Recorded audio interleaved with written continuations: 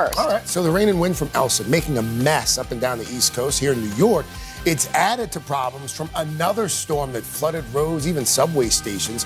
So we've got the very latest on what you can expect today and this weekend. Then Pfizer has announced it will soon see government approval for a third booster shot. So why are the FDA and CDC saying it's not necessary at this time? We'll have everything you need to know. Plus, the space race between billionaires Sir Richard Branson and Jeff Bezos heating up, with Branson heading to the edge of space this weekend. And we are 2 weeks away from the opening ceremony of the Tokyo Olympics, and Hoda and Jenna are getting the party started for us. But until you see them attempt one of the game's newest sports, skateboard. Oh, it's going to be great. You ready? You I ready? am so ready. Let's go. All right.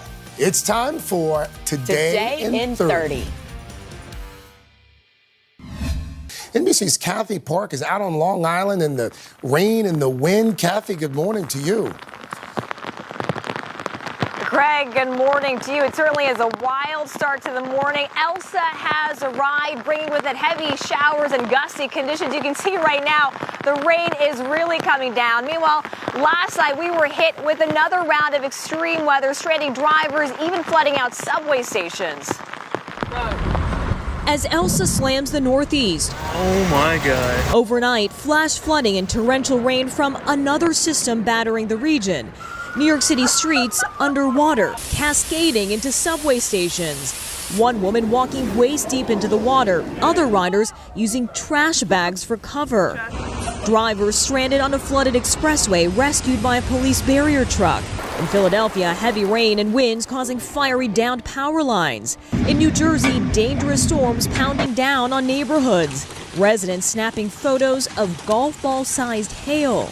Drivers navigating flooded roads across Long Island. We're seeing already dangerous rip currents and tides. Officials warning residents to stay safe. Be prepared for the possibility of power outages. In Connecticut, residents stocking up as Elsa moves in and takes aim. I have a generator, I have sump pumps, we have plenty of water stocked up. Now we are in the thick of it right now, but forecasters are saying that this is a pretty fast-moving system, so it should be out of here in the next couple of hours. But even in a short window of time, we're expecting some hazardous conditions, and things could deteriorate quickly when high tide hits this area around 9 o'clock this morning. Craig? All right, Kathy Park braving the elements for us this morning. Kathy, thank you. Now to the battle against the coronavirus, and there's a lot to cover this morning. Federal surge response teams are now being deployed in areas of the country facing outbreaks from the dangerous Delta strain.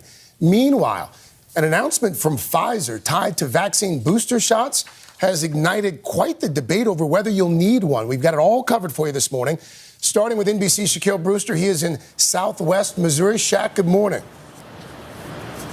Good morning, Craig. The debate over the need for a possible COVID booster shot entering a new phase this morning, but it comes as many of these rural health departments are struggling to convince more people to get one of the shots already available.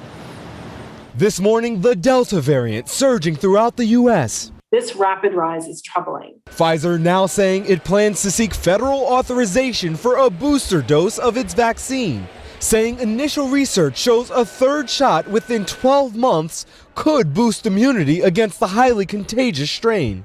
But overnight, in a joint statement, the FDA and CDC saying Americans who have been fully vaccinated do not need a booster shot at this time, adding we are prepared for booster doses if and when the science demonstrates that they are needed. The immediate focus, vaccinating the unvaccinated most at risk. Simply put, in areas of low vaccination coverage, cases and hospitalizations are up. According to the CDC, the weekly average of new COVID cases and hospitalizations continues to rise. The Delta variant now accounts for around 80% of cases in Western and Midwestern states. States like Nevada and Missouri, where the vaccinated population remains low. Adam Wilson waited to get vaccinated, but made it a priority after being unable to visit his 81-year-old father, now battling the virus. So it's a good time to go do it now. The White House dispatching response teams and targeting vaccine help to hard-hit communities. But Missouri's governor is pushing back. I object to the federal government coming in, going door to door to anybody's house. Still, for Springfield, Missouri's fire chief, whose department hosts vaccination clinics in firehouses, aggressive measures are necessary. I would equate what's happening in my community right now as a mass casualty event that's happening in very slow motion. Now, Pfizer says it plans to release and submit to the FDA more complete data in the next couple of days or weeks. We also know that the company is also saying they're already developing a vaccine targeted to the Delta variant. They hope to begin those clinical trials as soon as next month. Craig? All right, Shaquille Brewster for us there in Missouri. Shaq, thank you. Let's bring in NBC News medical contributor Dr. Vin Gupta now. Dr. Gupta, let's start with where Shaq left off there. I know that you think Pfizer jumped the gun a bit in announcing this booster shot, this third shot. Why? Good morning, Craig. Good morning, Chanel. FDA, CDC got it right that they are preparing, but the science just isn't there yet. For all your viewers out there, if you're immunocompromised or you have a loved one that's immunocompromised, a long list of conditions, you will need a booster shot. That's what the studies show. And so whatever booster shot's being developed by Pfizer, that's great for that 4% of America that's going to need it. However, for the rest of us, the science just is not there yet. 2 doses, if you're fully vaccinated with Pfizer, Moderna, with Johnson & Johnson, we're having that debate about getting them that second dose. 2 doses seems like they're critical to giving you full protection from the hospital in light of the Delta variant. But there is no, I think the troubling part here is that Pfizer cited an Israeli study suggesting that there was a decreased effectiveness of their vaccine against the Delta variant. It was 94% effective against the Delta variant, keeping people out of the hospital. I mean, that is a phenomenal number here. So the science just isn't there yet. And I worry this is only going to hinder or harm our ability to really reach the unvaccinated. And what about for people watching this morning who received the Johnson & Johnson vaccine? Should they go get another dose of something else? I mean, there's so many opinions about whether you should mix and match, if you will. Chanel, if we need to infer based on the evidence that exists today, in my opinion, yes. If you got 1 shot of Johnson & Johnson, I do believe a second dose will only provide you additional protection. We think J&J will provide strong protection, but optimal protection appears to be 2 doses. Mixing and matching appears to be safe with J&J's sister vaccine, AstraZeneca. And so CDC is going to wait until they finish the clinical trial, but that might take 6 months. And so I've been approached from my patients who've gotten Johnson & Johnson, from others. It's a really informal process where they're just hoping a CVS or a Walgreens will give them that second dose. We really need to formalize it to make it easy. Dr. Vin Gupta for us this morning. Dr. Gupta, thanks as always, sir. Make the most of your day with Today in 30. We give you a mix of everything you love about our show in a mere 30 minutes. Savannah and Hoda bring you what you must know. The biggest moments of the morning. One Republic! Exclusive interviews. Why did it work for you? You're right. I am more talented than the rest. And important headlines. Major medical news this morning. Watch Today in 30 on your schedule. Streaming every day on Today All Day. Make the most of your day with Today in 30. We give you a mix of everything you love about our show in a mere 30 minutes. Watch Today in 30 on your schedule. Streaming every day on Today All Day. Make the most of your day with Today All Day. Get closer to all your friends at Today in a whole new way. Today in 30. We give you a mix of everything you love about our show in a mere 30 minutes. Shop today with Jill Martin. We're helping you shop like never before. The latest styles and biggest names. Today Food. Things are heating up in the Today All Day kitchen. Cooking essentials and recipe inspiration. Is that ready? Are you ready? Oh, I'm so ready. Only on Today All Day. This is about 50 votes. If you can't get bipartisanship here, where are you going to get it? If China decided to cover this up, can we ever actually get a definitive answer? What happens if we don't act on police reform this year? If it's Sunday, it's Meet the Press. We are back with In Depth today, just over 48 hours from now, the so-called Battle of the Space Billionaires. Bezos versus Branson may be settled. Sir Richard Branson set to lift off on a passenger test flight to the edge of space. NBC's Tom Costello actually talked to Mr. Branson at the spaceport earlier this week, and this morning, Tom is in Las Cruces, New Mexico. A lot of folks on the edge of their seats, Tom. This has gotten an awful lot of buzz. Two very well-known billionaires who've spent billions on their space program. And as you know, whatever they do, this is going to open up the door for everyday people to fly to the edge of space, hopefully as soon as next year. It's the last place you'd expect to find two billionaires, Jeff Bezos in the desert of West Texas, Sir Richard Branson here. If you didn't know better, you'd think you really are in the middle of nowhere. Well, you are in the middle of nowhere. You're in the middle of New Mexico, which is sort of the middle of nowhere. New Mexico's brand new spaceport, America.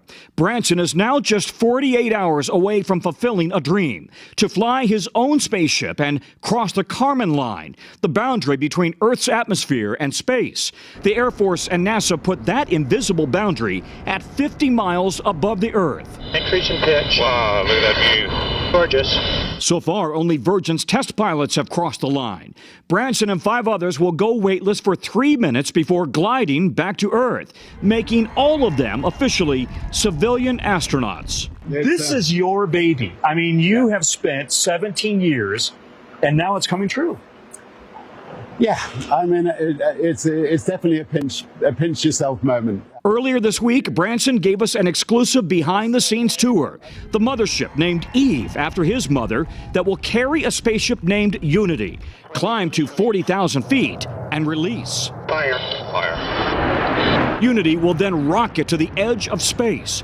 Also on board, 3 Virgin Galactic employees. It's happening. It's actually happening, and I'm really just incredibly grateful. The entire flight expected to last 2 hours max, all of it live streamed.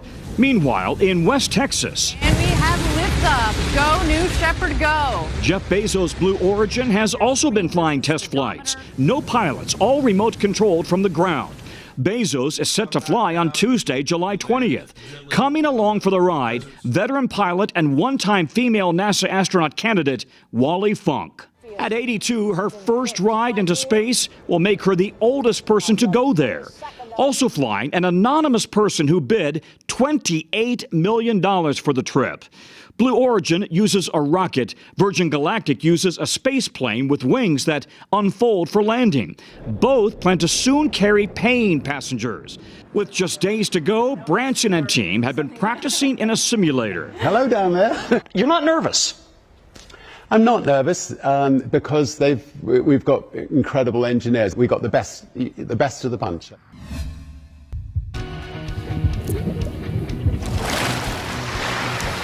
Welcome back. It is that time of year again. Shark Week is upon us, kicking off on Discovery Channel and Discovery Plus on Sunday night. It's my son's favorite week. To get us ready, NBC national correspondent Miguel Almaguer took the plunge. He went to Hawaii for a visit with shark expert Ocean Ramsey and her friends in the sea. Mr. Almaguer, tough assignment, sir.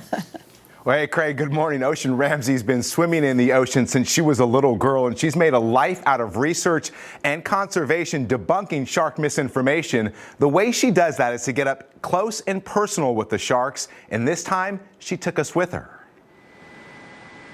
It's estimated roughly 180 million Americans make their way to the beach each year.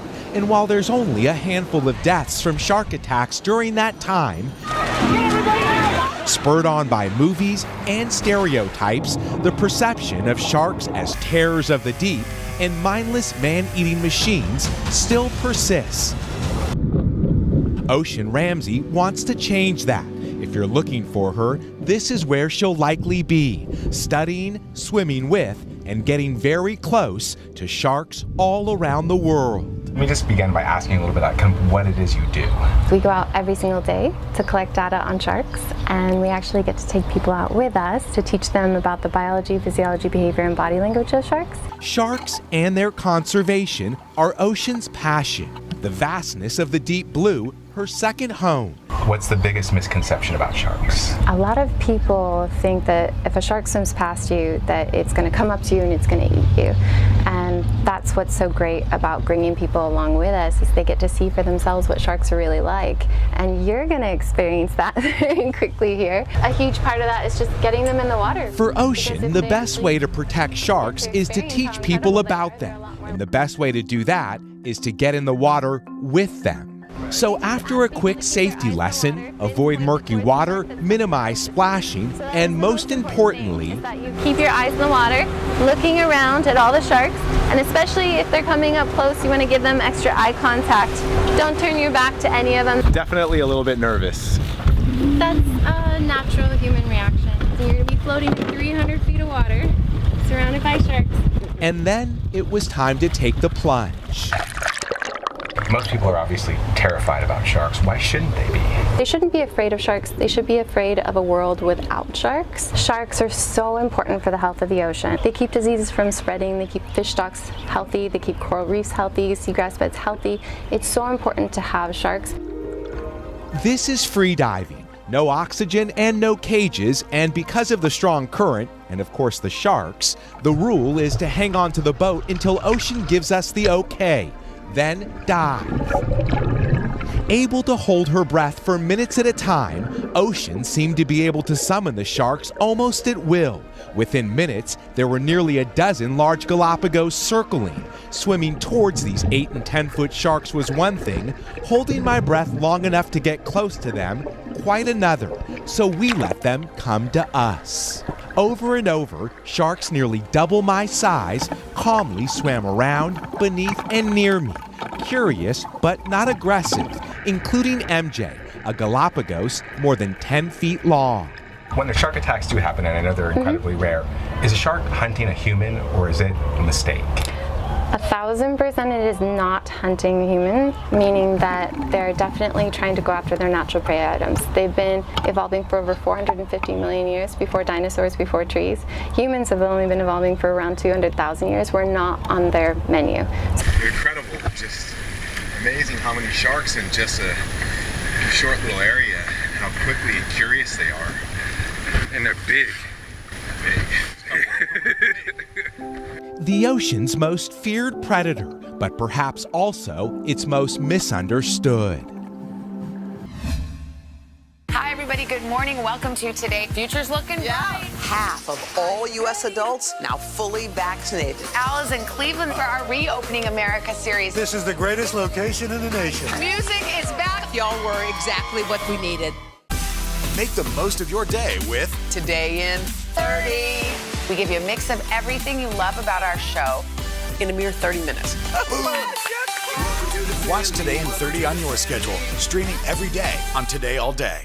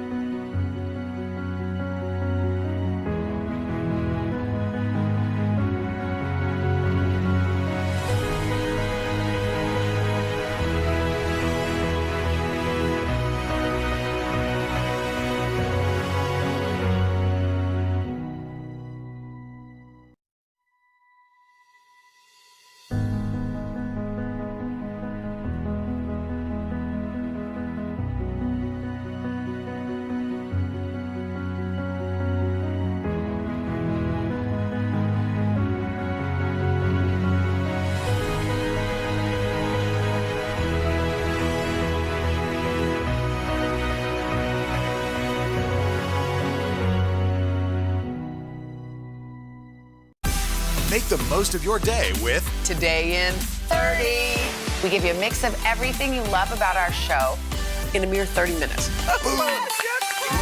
Watch Today in 30 on your schedule, streaming every day on Today All Day. Hi, everybody. Good morning. Welcome to Today. Future's looking bright. Half of all U.S. adults now fully vaccinated. Al is in Cleveland for our Reopening America series. This is the greatest location in the nation. Music is back. Y'all were exactly what we needed. Carolyn Doling is a true super senior. She reinvented herself at the age of 70, and now she's on a mission to change the face of the fashion and advertising industry. I love this so much. As for the idea of settling into a traditional retirement, well, she's inspiring all of us to rethink that too. Take a look. My aspiration is just to be the role model for other people to look and say, you know what? She's 74 years old. She's rebooted and reinvented herself, and maybe I can do that too. Carolyn Doling is a super senior who's becoming super at modeling. Her journey as a fashionable face for designers in print, social media, and on the runway took off in 2019. I have to say that modeling was never in the picture. In fact, you'd be hard-pressed to find a picture of me beforehand because I was always on the back row. This is quite different than the resume Carolyn had built during her long professional career in banking and telecommunications. The most recent one was with a nonprofit where my role was to connect with individuals who wanted to give more strategically to community organizations. Very rewarding work, lots of interaction, lots of social engagement. But when she stopped working nearly 4 years ago at the age of 70, she began to plan the next season of her life. It didn't take me long to realize that people had much lower expectations of what I could accomplish.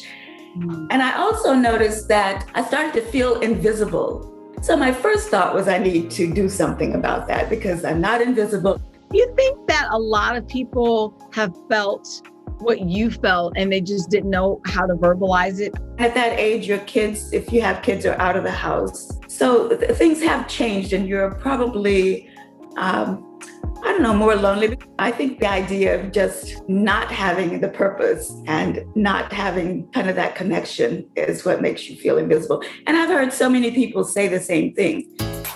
So in an effort to stand out, Carolyn added color to her style and unapologetically wrote an article addressing ageism with a headline that grabs the reader immediately. And when asked on a whim if she'd be interested in modeling during a visit to a California boutique, she didn't hesitate. How did that make you feel? Just wearing those clothes, and the whole process is just so exciting. Learning how to pose and having the photographer give you great feedback. Since, Carolyn has been featured in ads for clothing, skincare, and more, using her platform as an example that a renewed sense of purpose is possible no matter your age and background. You know what blows my mind, what makes this even sweeter, is the fact that you never modeled before. Well, the feedback really helps. And I had read that something like 70% of us don't see ourselves in print media and advertising. And even worse, it's like only 4% of women felt that they were beautiful. I'm really hoping that individuals who can make choices about who they use as models will broaden the representation of who can represent their product. You give a lot of people hope. I know, I say I'm bucking heightism, ageism, hairism, colorism. I got all the isms covered. You also kickbox? I started it on a dare. I just stuck with it, and so I enjoy it very much. To think of how you felt that day when you felt invisible to now, how does that make you feel about yourself? I giggle a lot about it. I am really quite proud of it, Janelle, and quite rewarded that I can make that contribution.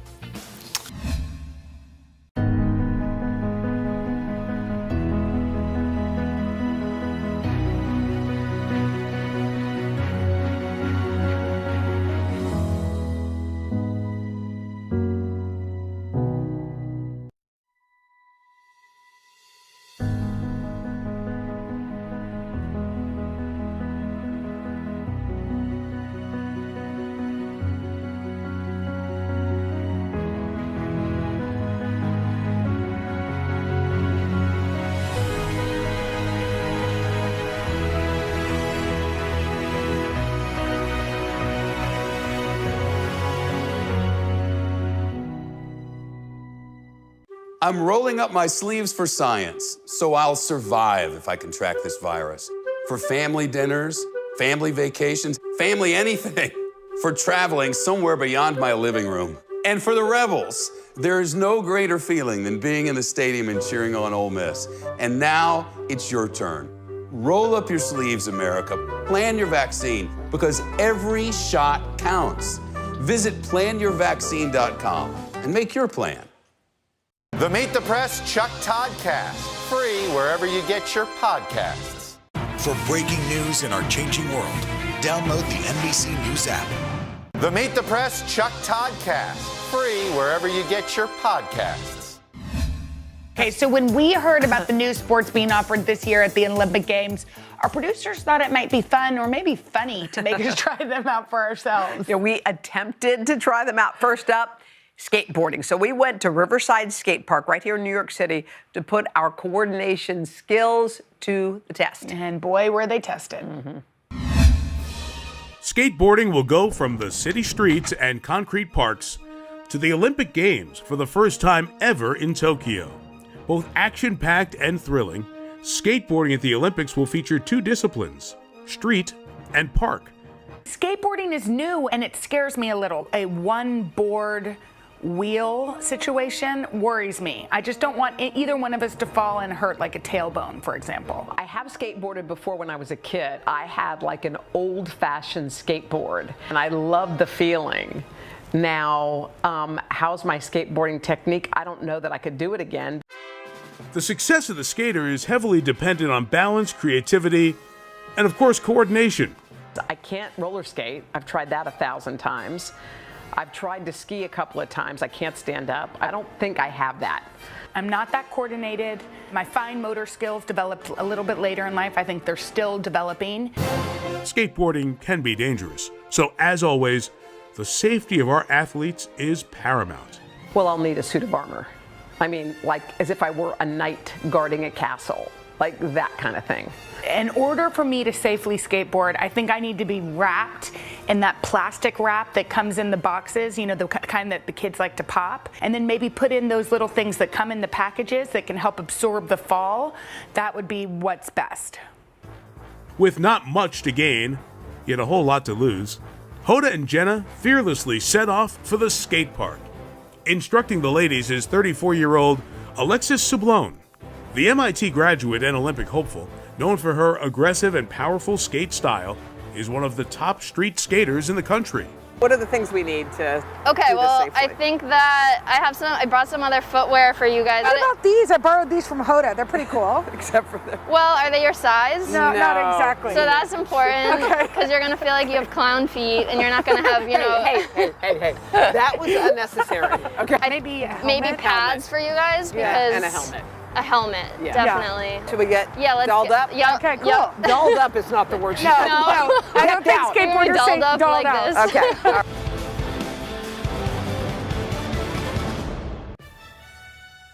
As always with these two, it's all about baby steps. Wait, this isn't how we stand. You're over there. Our main goal, Not get injured. Right. Maybe go down a tiny hill. You're gonna go down a hill? What's this one? It's not I a think hill. we have different expectations in this. Walk with me. This What? hill is steep. No, this is not. I am not Let's going. pretend. Okay. How do you do it? See? It's doable. Leave You can your- do that. But we just have to have someone stop us. How do you stop? We didn't even ask that. We're ready though. Okay. So you need your skateboards. Okay. Where'd we put them?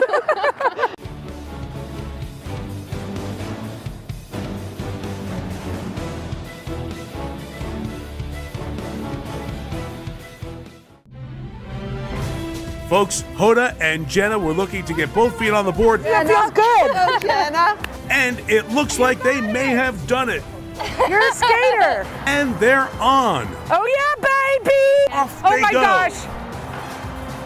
Boom. Flying. Well, folks, unfortunately for Hoda and Jenna, speed is a consideration in scoring. But let's not lose sight of all they have accomplished.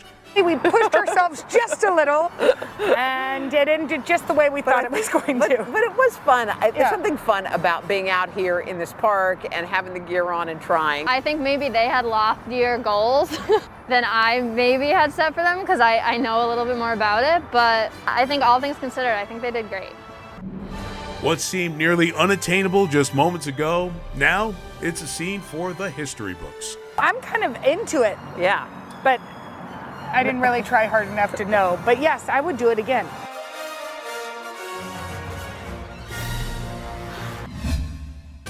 Make sure to stick with us for another huge week on Today. Chip and Joanna Gaines will be here in studio with us. Yeah, I can't wait to talk to Chip and Joanna. We'll see you Monday morning right here on Today. Have a fantastic weekend.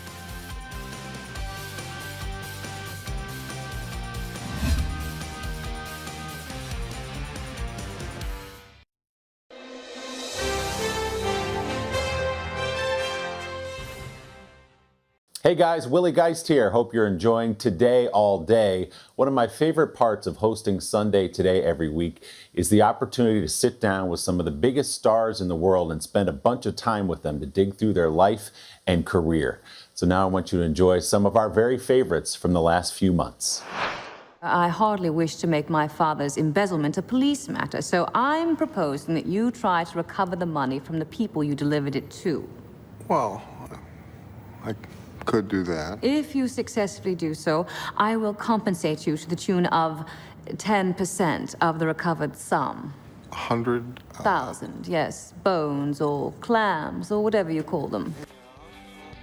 That is Julianne Moore playing the memorable role of Maude in The Big Lebowski, a film whose legend continues to grow long after its 1998 release. It is impossible, frankly, to capture Moore's life and career in the space of a single interview. Nominated 5 times for an Academy Award in the films Boogie Nights, The End of the Affair, Far From Heaven and The Hours, Moore won the Best Actress Oscar for her performance in Still Alice. The mother of 2, who grew up bouncing around the world with her military dad, also has starred in box office hits like 9 Months, Hannibal, and the Hunger Games movies, just to name a few.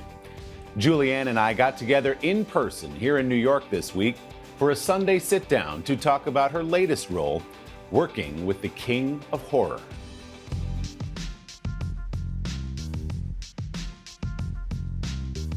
After a long Oscar-winning career, Julianne Moore now finds herself somewhere new. Was it real? Or was it my imagination? Inside the mind of Stephen King. Moore stars in the psychological thriller Lisey's Story, a series based on the novel by the iconic author. Moore plays a woman whose husband, a well-known writer like King, has died, leaving Lisey to sift through his mysterious past. You are not getting in there, and you are never going to see his papers. You were nothing but a restaurant hostess when you caught his eye. Oh my God. Stephen King, he has said it's his favorite book, with no pressure there. Right. Stephen wrote the screenplays. So he's on set with you. What is that experience like, to just have access to the source of all the material? Of course, it's really intimidating initially, you know. I remember there was one day I had something really, really emotional to do, and I saw him catch my eye, because he always wants to say something encouraging, but I was still in the middle of this emotional thing, so I was just like, because I wasn't ready to, you know. But and he would text you if he saw dailies and loved them. That's how strong his imagination is.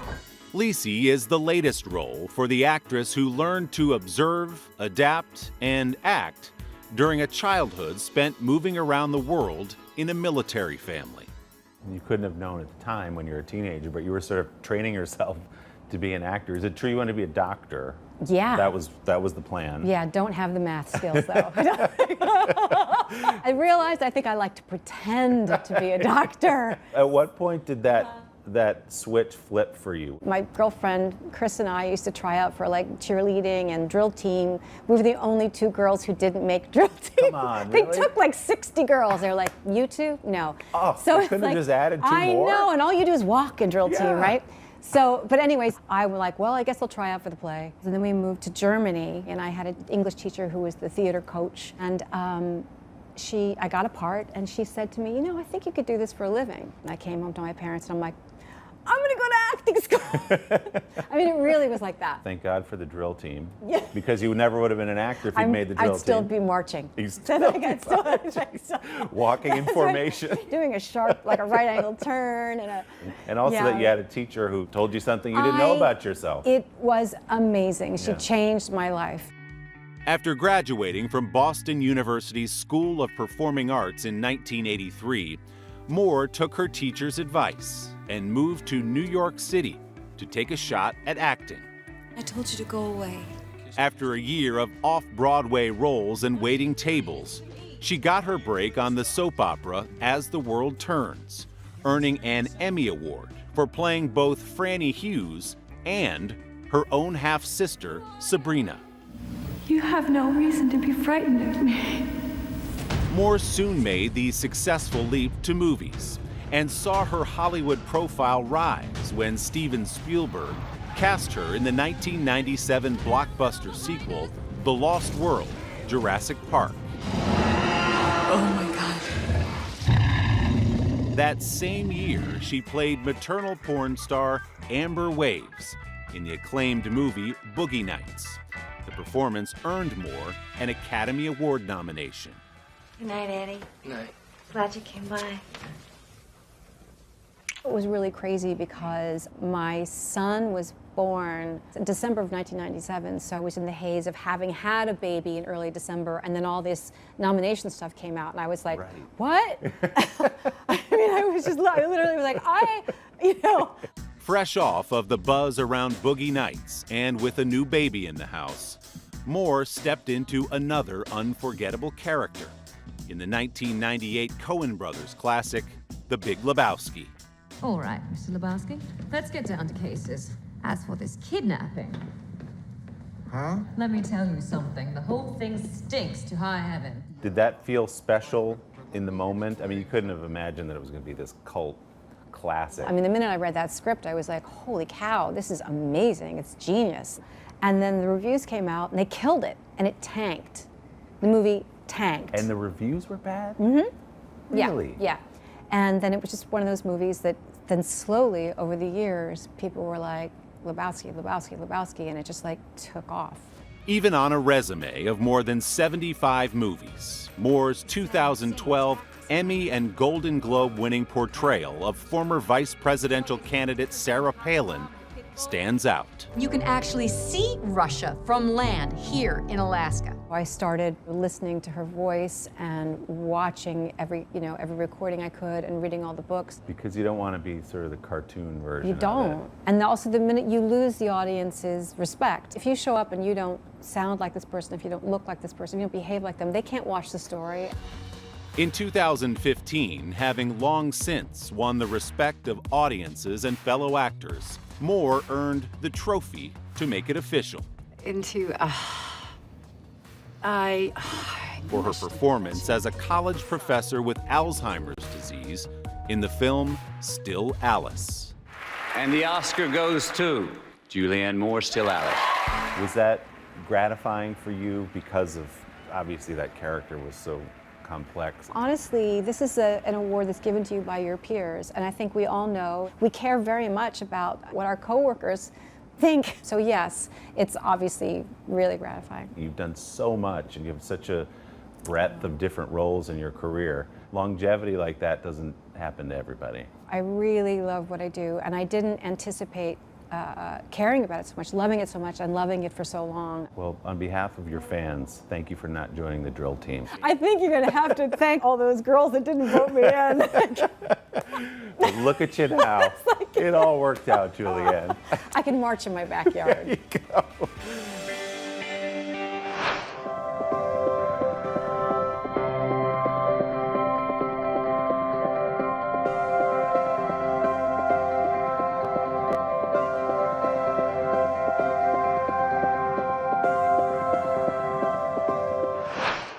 Our week-long journey begins here in Orlando, Louisville, Kentucky, Cleveland. Our Across America journey reporting on an America rebuilding and reimagining a future after the pandemic. Breaking news tonight, the ceasefire in the Middle East after 11 days of deadly violence. Richard Engel is on the ground. Do you think there's a connection between policing and racism? How narrow a window do you have to really get kids back where we would want them to be? NBC Nightly News with Lester Holt.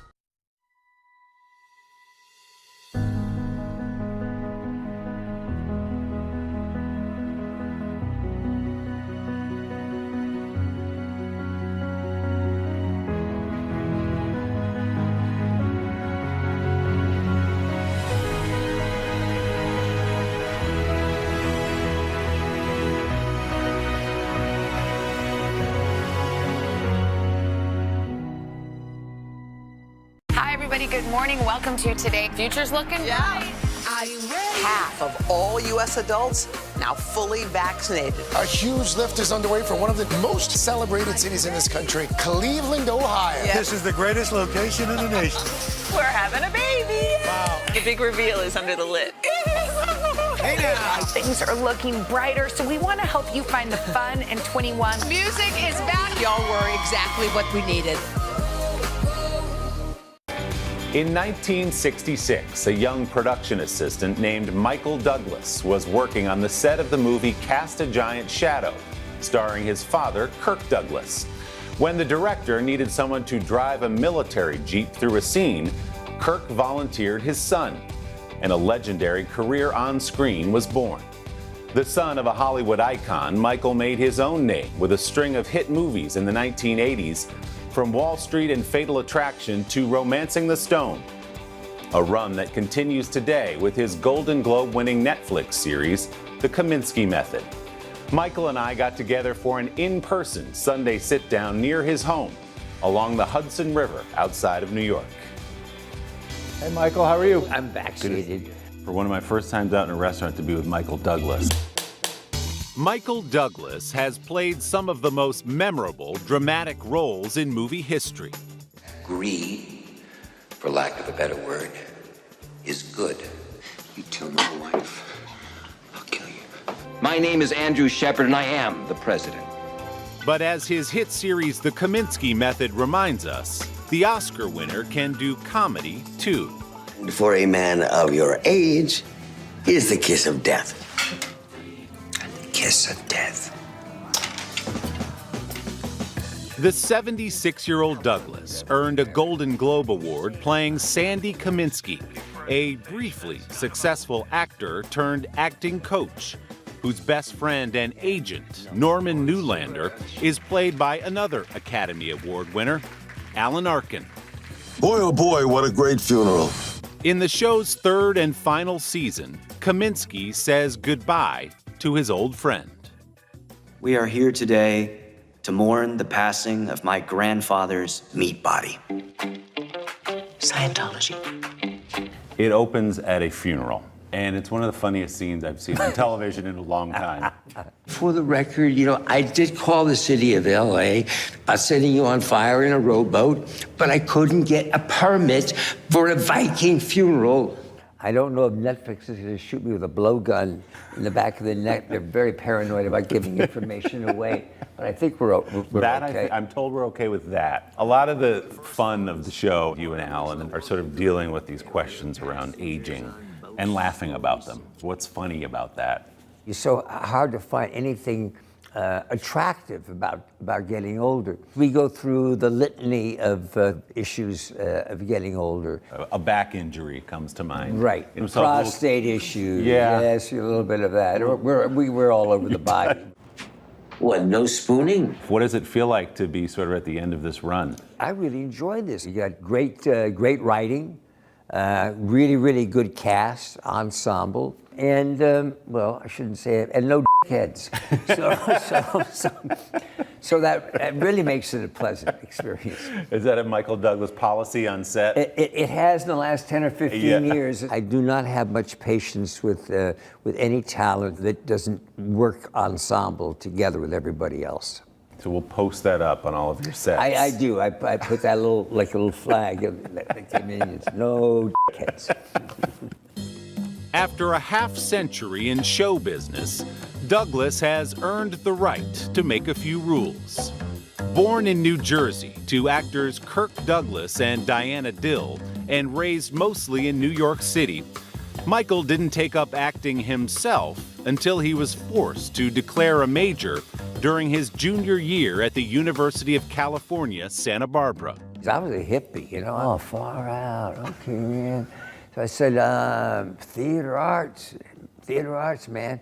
I thought it'd be easy. I was painfully shy and awkward and had terrible stage fright. It's interesting to hear you say you didn't start acting until college. The sort of mythology around you is that, you're the scion to this royalty in Hollywood. Well, I love the Hollywood royalty story. We were living in a one-room apartment in Greenwich Village, New York. And it wasn't until maybe I was like 6 when Dad finally went out to California. When he was out there for about a year, when my mother said, we're heading back east, we're getting out of here.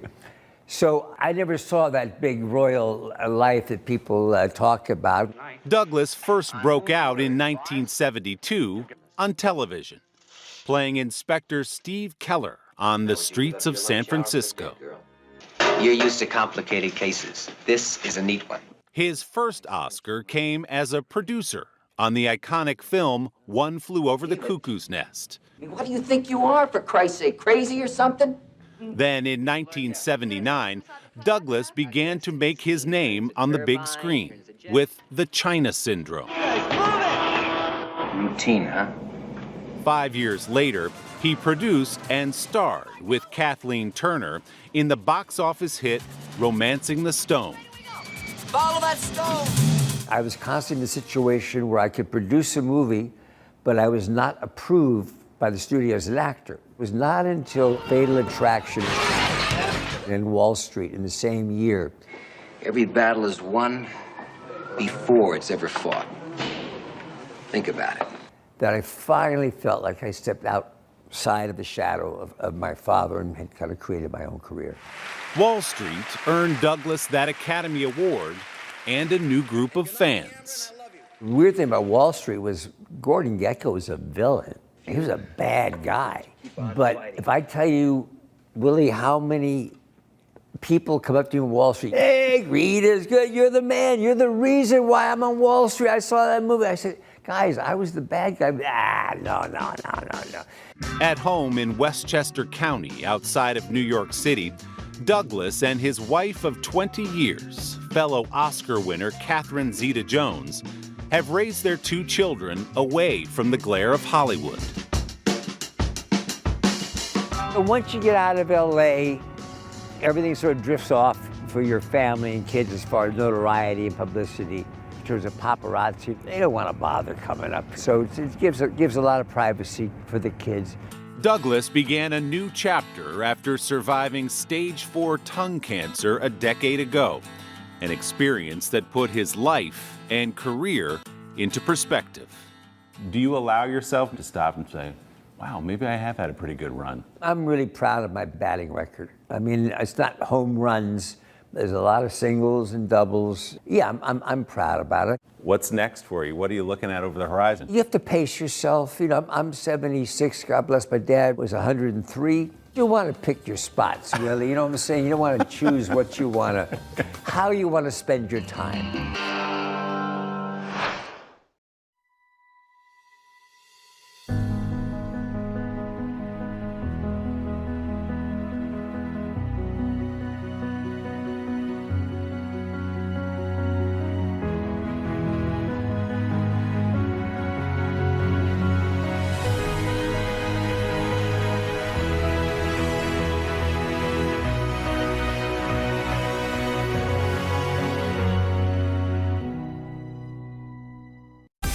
Make the most of your day with Today in 30. We give you a mix of everything you love about our show In a mere 30 minutes. Savannah and Hoda bring you what you must know. The biggest moments of the morning. One Republic! Exclusive interviews. Why did it work for you? You're right. I am more talented than the rest. And important headlines. Major medical news this morning. Watch Today in 30 on your schedule. Streaming every day on Today All Day. Our Across America journey here in Louisville, Kentucky. Cleveland. Reporting on an America rebuilding after the pandemic. How narrow a window do you have to really get kids back where we would want them to be? NBC Nightly News with Lester Holt. It has been a long year. Yeah, where it's been anything but normal. Well, now there's hope. The COVID vaccines. I know. It's been a little confusing. Like, really confusing. So it's more important than ever to make a plan. Visit planyourvaccine.com to find out where and when to get your vaccine. What are you waiting for?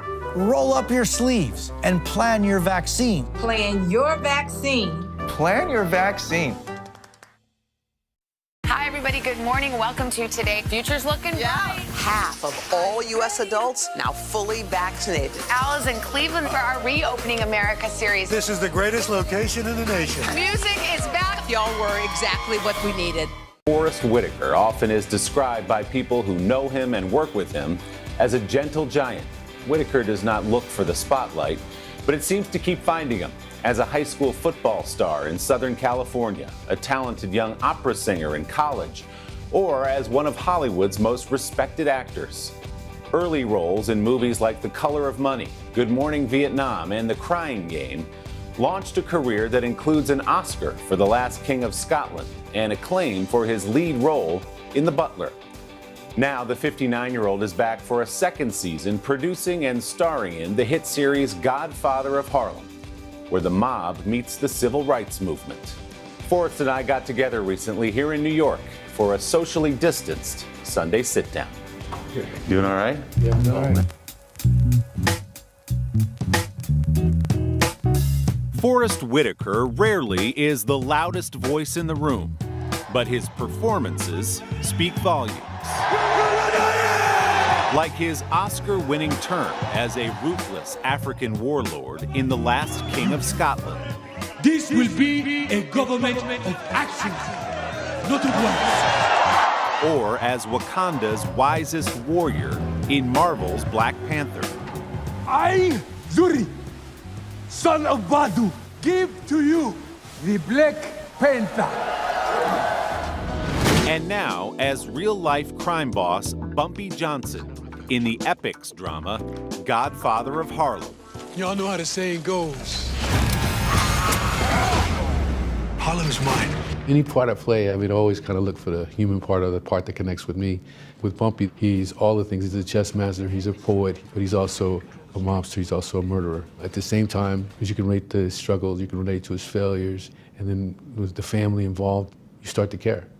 I just knew you'll get right back into the swing of things. I'm already back into the swing of things. Set against the civil rights movement of the 1960s, the second season of Godfather of Harlem finds Bumpy fighting for control of a drug pipeline called the French Connection, with help from friends like Malcolm X. Oh, brother, it's sure good to see you again. It's good to be back home. The relationship between Bumpy and Malcolm X and Adam Clayton Powell and all these fascinating real-life figures at the center of the civil rights movement. It's not just a mob story, really. I think that was one of the most important pieces of it when I was trying to decide about doing it. I mean, in this season, there's like unbelievable parallels that were already built into the story, you know, that because a lot of the problems that were happening during that time are still prevalent today. I'm a second-class citizen in my own country, and I gotta fight for what's mine. All of us are still trying to break through this oppression that's suppressing the people of color and the black race. And we explore that in the show. We explore it in a real internal and personal way. What do you hope people who watch this series take away from it? I think that people have to fight for what they believe to try to live a decent life. Hi, everybody. Good morning. Welcome to Today. Future's looking bright. Are you ready? Half of all U.S. adults now fully vaccinated. A huge lift is underway for one of the most celebrated cities in this country, Cleveland, Ohio. Yeah. This is the greatest location in the nation. We're having a baby. Wow. The big reveal is under the lid. Hey now. Things are looking brighter, so we want to help you find the fun in 21. Music is back. Y'all were exactly what we needed. Good morning, everybody. Welcome to Today. Future's looking bright. Are you ready? We're going to do our part to spread the word on the importance of vaccines, so crucial for reopening America. A big day around here. A very special naturalization ceremony. Many of them doctors, nurses, other essential workers. If you are a nurse, thank you. Spring has sprung, guys, and we want to fill this season with some fun and surprises. Yes, this is the face of excitement. Celebrating Earth Day. Let's change the world. The Meet the Press Chuck Toddcast, free wherever you get your podcasts. For breaking news in our changing world, download the NBC News app. The Meet the Press Chuck Toddcast, free wherever you get your podcasts. Make the most of your day with Today in 30. We give you a mix of everything you love about our show In a mere 30 minutes. Watch Today in 30 on your schedule, streaming every day on Today All Day. In his own life, Whitaker was raised the son of a teacher and an insurance salesman. He earned a college scholarship, first in football, then in opera, before turning his talents to acting.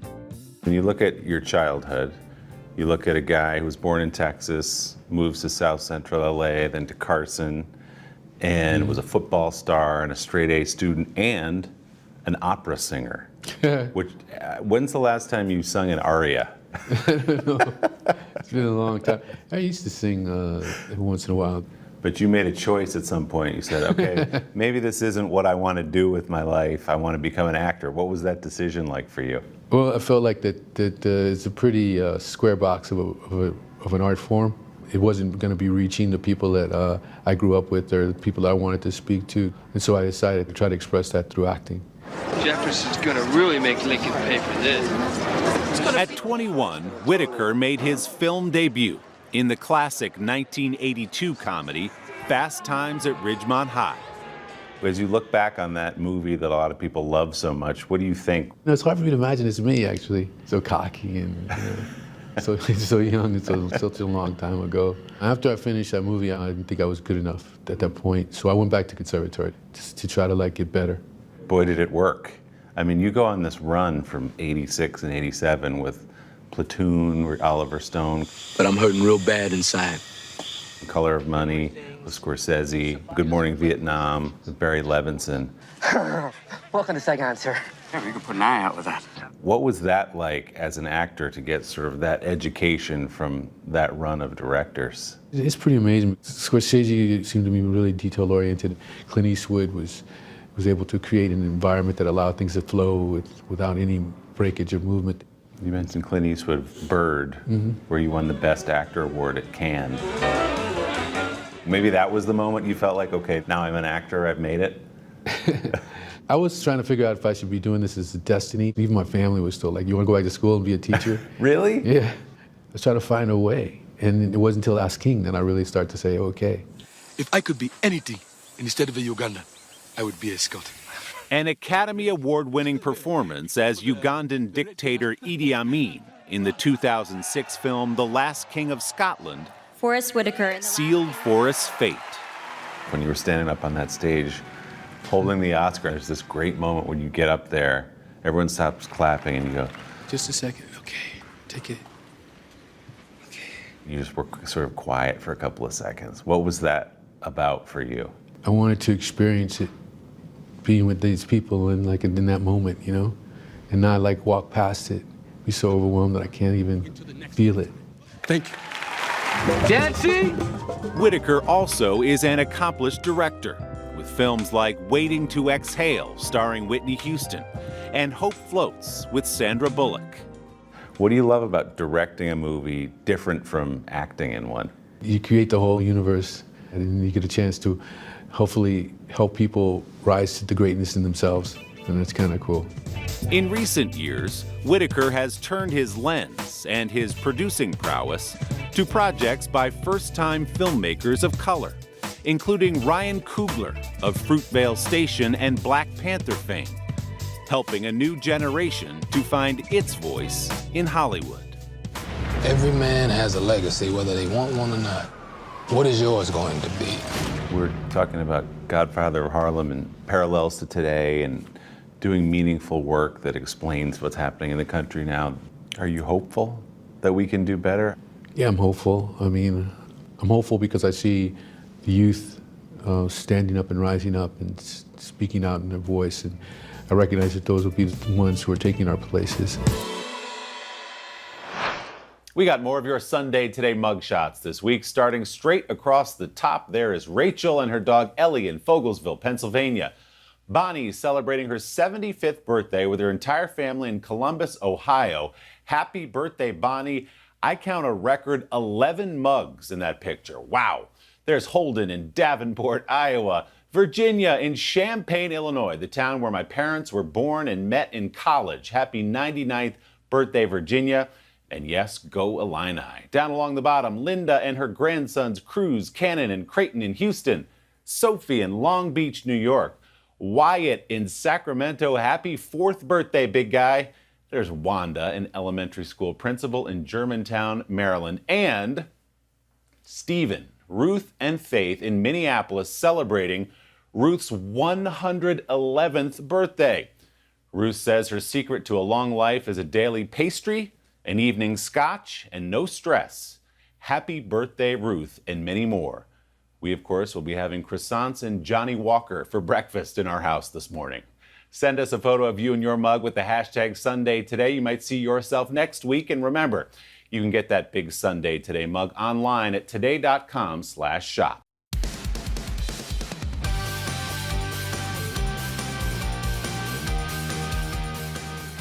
Today, all day, we've got a great show for you on this Tuesday morning, including an all-day exclusive chat with a special guest you can only see here. But let's kick it off with Pop Star. Carson has an exclusive first look at a new docu-series with Simone Biles. Take a look. Hey, if you're heading out the door, don't forget, check us out on Today Show Radio, Sirius XM, Channel 108. Today, the best of I'm so excited. Oh, I thought we were talking about Pop Star. Well, you're on Off the Rails. I am on Off the Rails. You should be excited about that. But now, the best time of the day. Yes, every morning I'm in my dressing room. Layers of Pop Stars. And I look forward to this. Here we go. It's no Off the Rails, but thanks for that. First up, Simone Biles, the greatest of all time, who just won her 7th U.S. Gymnastics All-Around Championship, is the subject of a new Facebook Watch docuseries called Simone versus Herself, and we've got an exclusive sneak peek at that trailer. The 7-episode show is going to follow Simone as she prepares for this summer's Tokyo Olympics and also looks back at the challenges that come with the pressure of enormous expectation. Here is that first look at Simone versus herself. I am a nobody.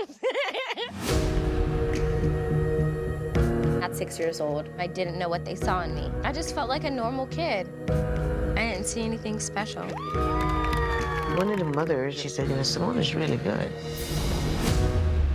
I'm like, well, maybe she is. Once I step onto the competition floor, I am competing against myself. Outside of the sport, you try to be like human. I never imagined the Olympics would be postponed. Having to come back, am I going to be just as good? Can I do it again? I burned out.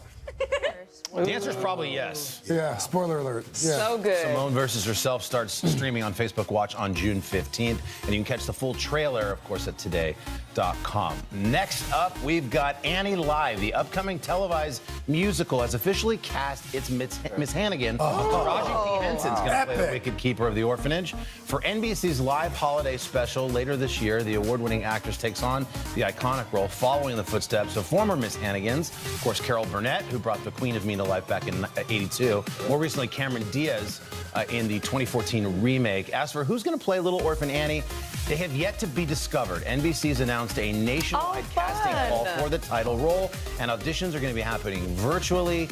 Annie hopefuls from all over the country are welcome to apply. For more information, you can go to today.com for that, and you can see, of course, who lands that coveted role as Annie when Annie Live airs December 2nd here on NBC. That is going to be huge. Yes. I wonder who'll be Great opportunity for an unknown any kid out there. Oh, that would be awesome. Clara should apply. We might. Wear a little wig and call it a day. Speaking of Broadway shows, next up we've got In the Heights. Ahead of the film's release this Thursday, Warner Brothers debuted the first 8 minutes of the film online yesterday. The new extended clip shows a little slice of what life is like in Washington Heights for the leading character and bodega shop owner, Usnavi de la Vega. Here's a piece. Today's all we got, so we cannot stop. This is our block.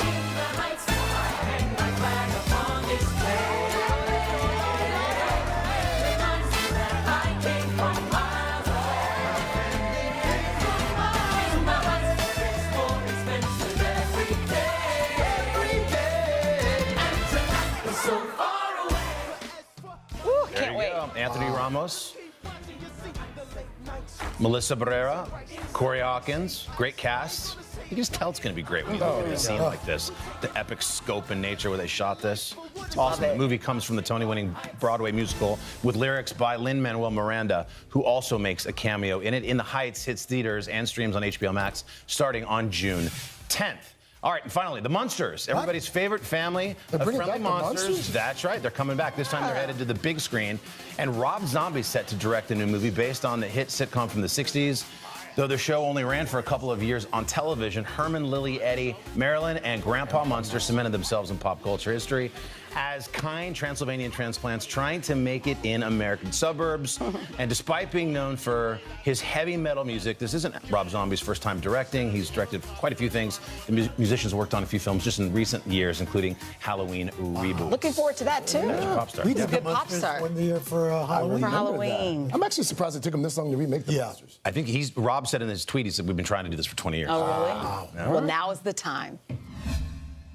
Hi, everybody. Good morning. Welcome to Today. Future's looking bright. Half of all U.S. adults now fully vaccinated. Al is in Cleveland for our Reopening America series. This is the greatest location in the nation. Music is back. Y'all were exactly what we needed. Make the most of your day with Today in 30. We give you a mix of everything you love about our show.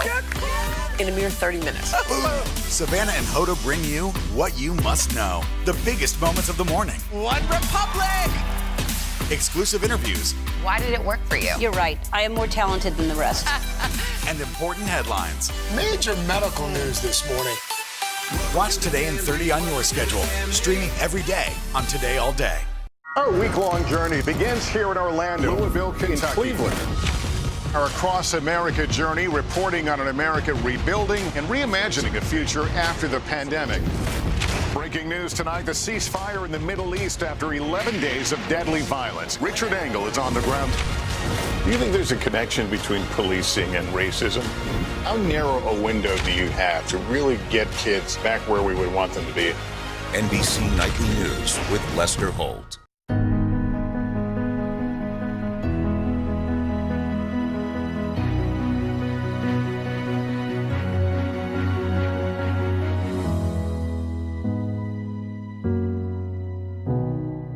Welcome back. Today on the third hour, Chanel sits down with the Missouri couple, Brittany and Heather Dyer, and shares their incredible story of suffering, perseverance, and healing. Take a look. All this month, we are celebrating Pride, and this morning we wanted to highlight a Missouri couple who leaned on each other and their grit to get through some really difficult times. Together, Brittany and Heather Dyer overcame illness, injury, and uncertainty to build something truly special. I'm so blessed to have a wife that's so supportive. I could not do this without her. I think we do a pretty good job of balancing each other out. Brittany and Heather Dyer of Missouri took a leap in 2015 when they launched their small online business specializing in handcrafted goods. Today, beautiful Fight Woodworking creates entertainment centers and coffee tables, dining sets, games, and cabinetry. We had about $80 to our name and we had bills to pay. We saw how well things were selling on Facebook Marketplace, and that was encouraging to us. So they invested in a discount saw, a couple of boards, and created pallet signs to sell on the site. I think we sold it in 12 hours. And that really just lit a fire that continued to snowball into our business today. But they also attribute the debut of their custom woodwork to the fight of Brittany's life. 10 years ago, as a college senior, she began to experience paralysis from the waist down. I was not able to walk at all. I was having a ton of issues, just being able to move and leg spasms. And then we found out that I had a spinal tumor wrapped around my spinal cord. After emergency surgery, she walked again. But in January of 2012, Brittany learned that she had a rare vascular cancer. It was a really trying time just because the doctors couldn't even tell me what to expect. Every day was difficult. Following another surgery, radiation, and physical therapy, Brittany was on the road to being cancer-free. She met Heather the next year and thought life had turned in her favor. But then a car accident in 2015 brought on more pain and further limited her ability to walk. It was very hard to watch her go through the process. You have to hold that person and just let them have hope that things are going to get better. I lost a lot of progress during that time. I was in such a deep, dark place. That's when Brittany, who couldn't keep the job she had working with autistic individuals, turned a hobby she first learned as a child into her therapy and her livelihood. I was lucky enough to have a father that was incredibly patient and let me help, quote unquote, with a lot of projects that he did. So I was able to learn really basic tool knowledge and safety. She focused on those pallet signs and taught Heather, then a personal assistant at another local business. I would come home from work and finish projects. So it was just, let me step up and be right by your side, and we're gonna do this together. I had to find my confidence from Brittany. She would say, you got this. I mean, let me show you really quick, and then you do the next one. Naming their company was simple. Beautiful Fight was really kind of my go-to, saying as I was battling cancer, is finding the beauty in that struggle. It's a sentiment they're happy to share while offering others the opportunity to learn. We launched our Create and Take classes as kind of an idea to get more women using power tools. Do it yourself, And 3 months into the pandemic, another risk. They opened a store. Honestly, there were so many times where we thought that we weren't going to make it through the pandemic. But it was just kind of like, well, it's now or never. So we hold hands and we just jump. The beautiful fight for this couple, who celebrated their 3rd wedding anniversary in April, continues to pay off with sales in 48 states and revenue at an all-time high. We never thought we would be woodworkers. That grit to keep grinding and to keep pushing forward. I think that's the biggest thing to take away from us. Well, that's great. As you can see, the products are fantastic. Yeah, that's grit. Yes. Coming up on Hoda and Jenna, we have a special co-host today. Can you guess who? Plus, it's Tuesday.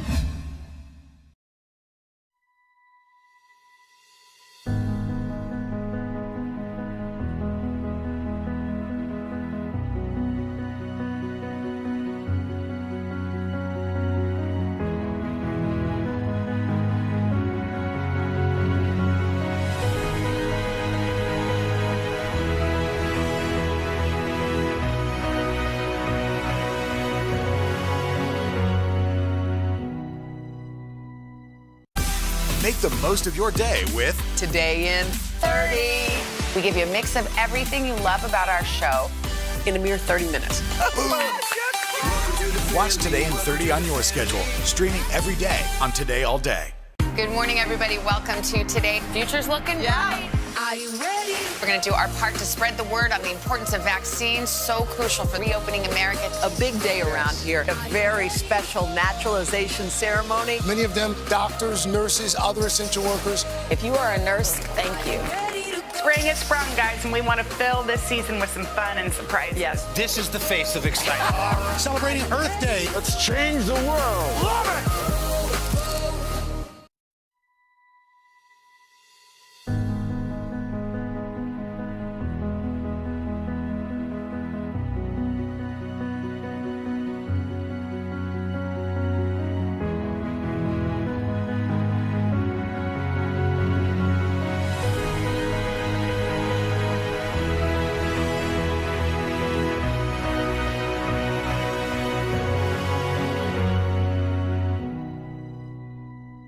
The Meet the Press Chuck Toddcast, free wherever you get your podcasts.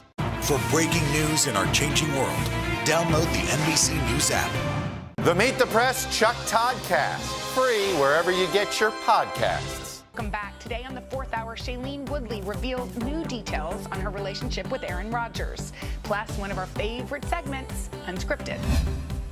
Hey guys, it's Tuesday, June 8th, and buckle up because it's going to be a wild ride today. We are listening to All to Myself by Dan and Shay, and looky who I have all to myself today, the one and the only Justin Sylvester. I'm so happy you're here. You're getting the full lady sitter experience today. The whole lady sitter experience, just me and you. I'm so excited you're here. I am so excited to be here, and I had no idea you guys had such young, handsome fans. Can we give a shout out to Crew down in Orlando? First of all, I love that he is on his tricycle in the house. His mother does SoCycle, and he literally copies her. I have a feeling. By the way, Justin walked in here, and I was so excited because we haven't had any guests in the studio. We haven't had. You're the first. You're the first real in-person guest co-host in more than a year. Can you guys make some noise for that? I'm the first guest in the house. The crew said, you know what?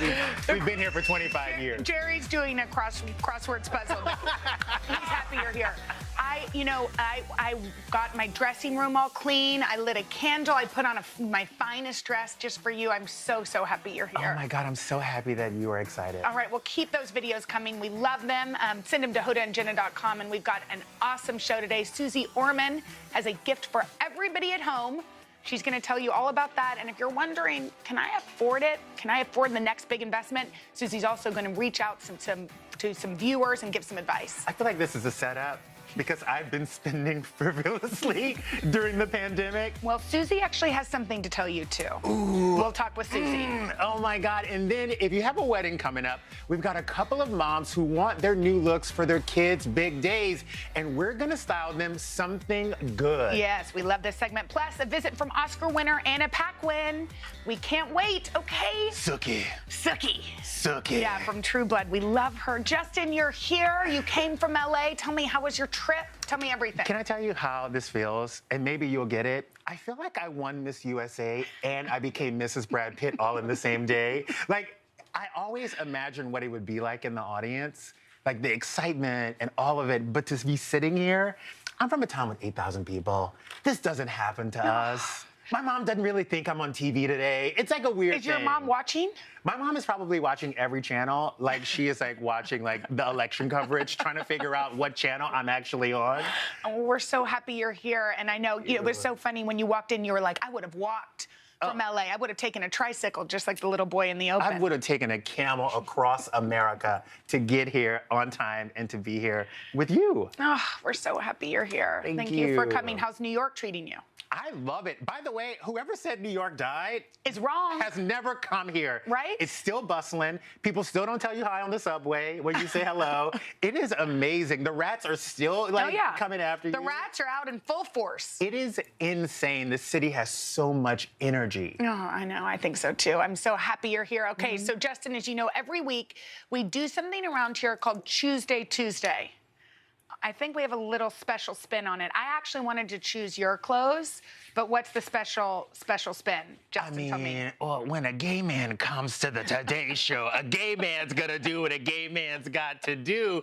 So, of course, I got in on the action. And being that it's Pride Month, I really wanted to bring some color into what we choose on Wednesday. So, you guys, can we take a look at the 3 outfits that I chose? Okay.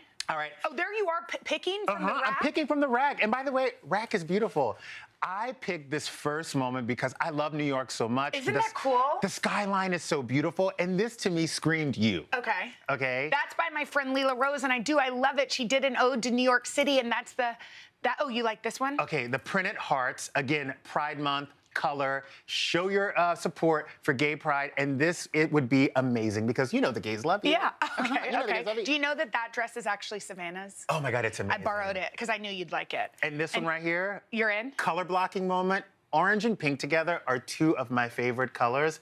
If you don't wear that tomorrow, I will wear that tomorrow. Okay, so you're gonna wear C and I'm gonna wear A, or we don't know? We don't know. We're gonna let people pick. Okay. And whatever you don't get, I'll just go ahead and put 1 leg in it because I'm a little bit bigger than you. You are not. Okay, so all you have to do is head to the Hoda and Jenna Instagram page with your comment and with your pick, and make your comments kind. Right, yes. Justin? Make them kind. We're all about kindness around here. We're all about kindness. And by the way, when I see a kind comment in an Instagram post, I'm like, you know what, ma'am? Thank you. Right? And that made my day. Exactly. When you see the mean ones, what do? You just glaze over? Oh my God, I don't even look at them. Good. It's like, Black Mirror. I can't even see it. Okay.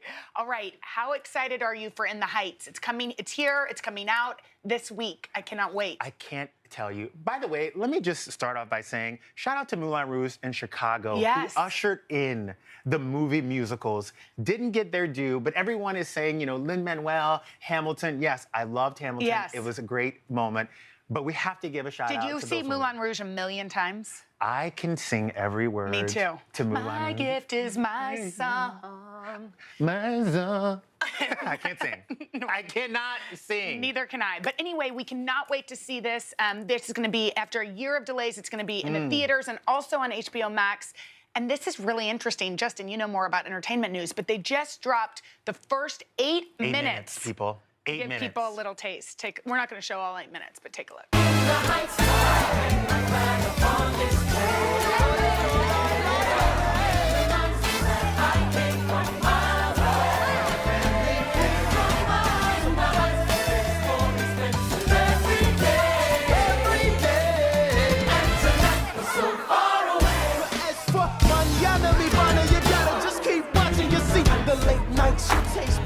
Christ. It's something for shaved ice. I ain't gonna say it twice. Turn up the street lights. We taking the flight to a couple of days in the life for what it's like in Washington Heights.